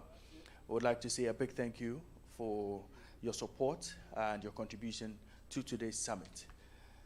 To the entire ETV production team, we would like to say a big thank you to you for making things happen over here this afternoon. And once again, we'd like to say a big thank you to our hosts, Accra City Hotel, for giving us this venue and for making sure they provided us with necessary logistics to make this happen. It's our prayer that the second edition of the eSports Summit would even be bigger and better. Once again, a big thank you to everybody. A big thank you to everyone for joining us here. My name is Raymond Yamado, and hopefully you can join me from Monday to Friday from 5:30 a.m. to 9 a.m. on the Happy Morning Show, Ghana's #1 current affairs morning show. And before we go, let me say a big thank you to our bankroller, Mr. Ernest Boatin, for paying all the bills. Thank you very much, everyone, and we hope to see you sometime soon. My name, once again, Raymond Nyamado. Die Hard Supporters Union would give us something to go home with.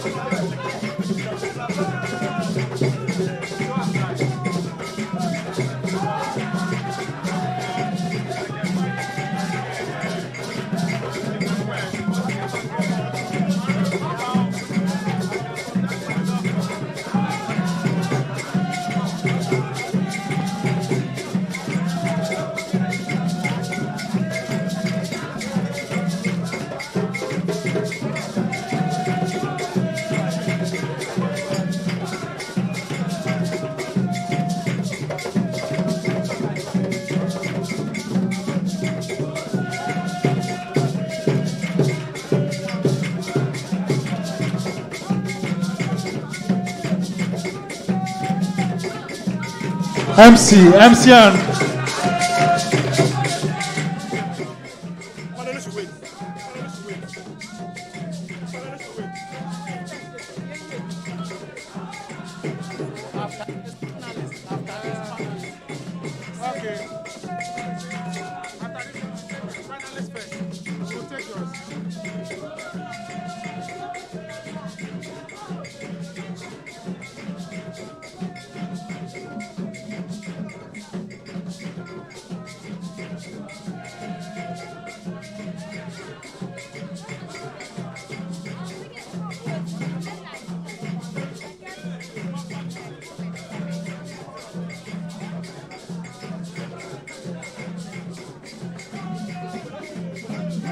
production crew, please come. Production crew.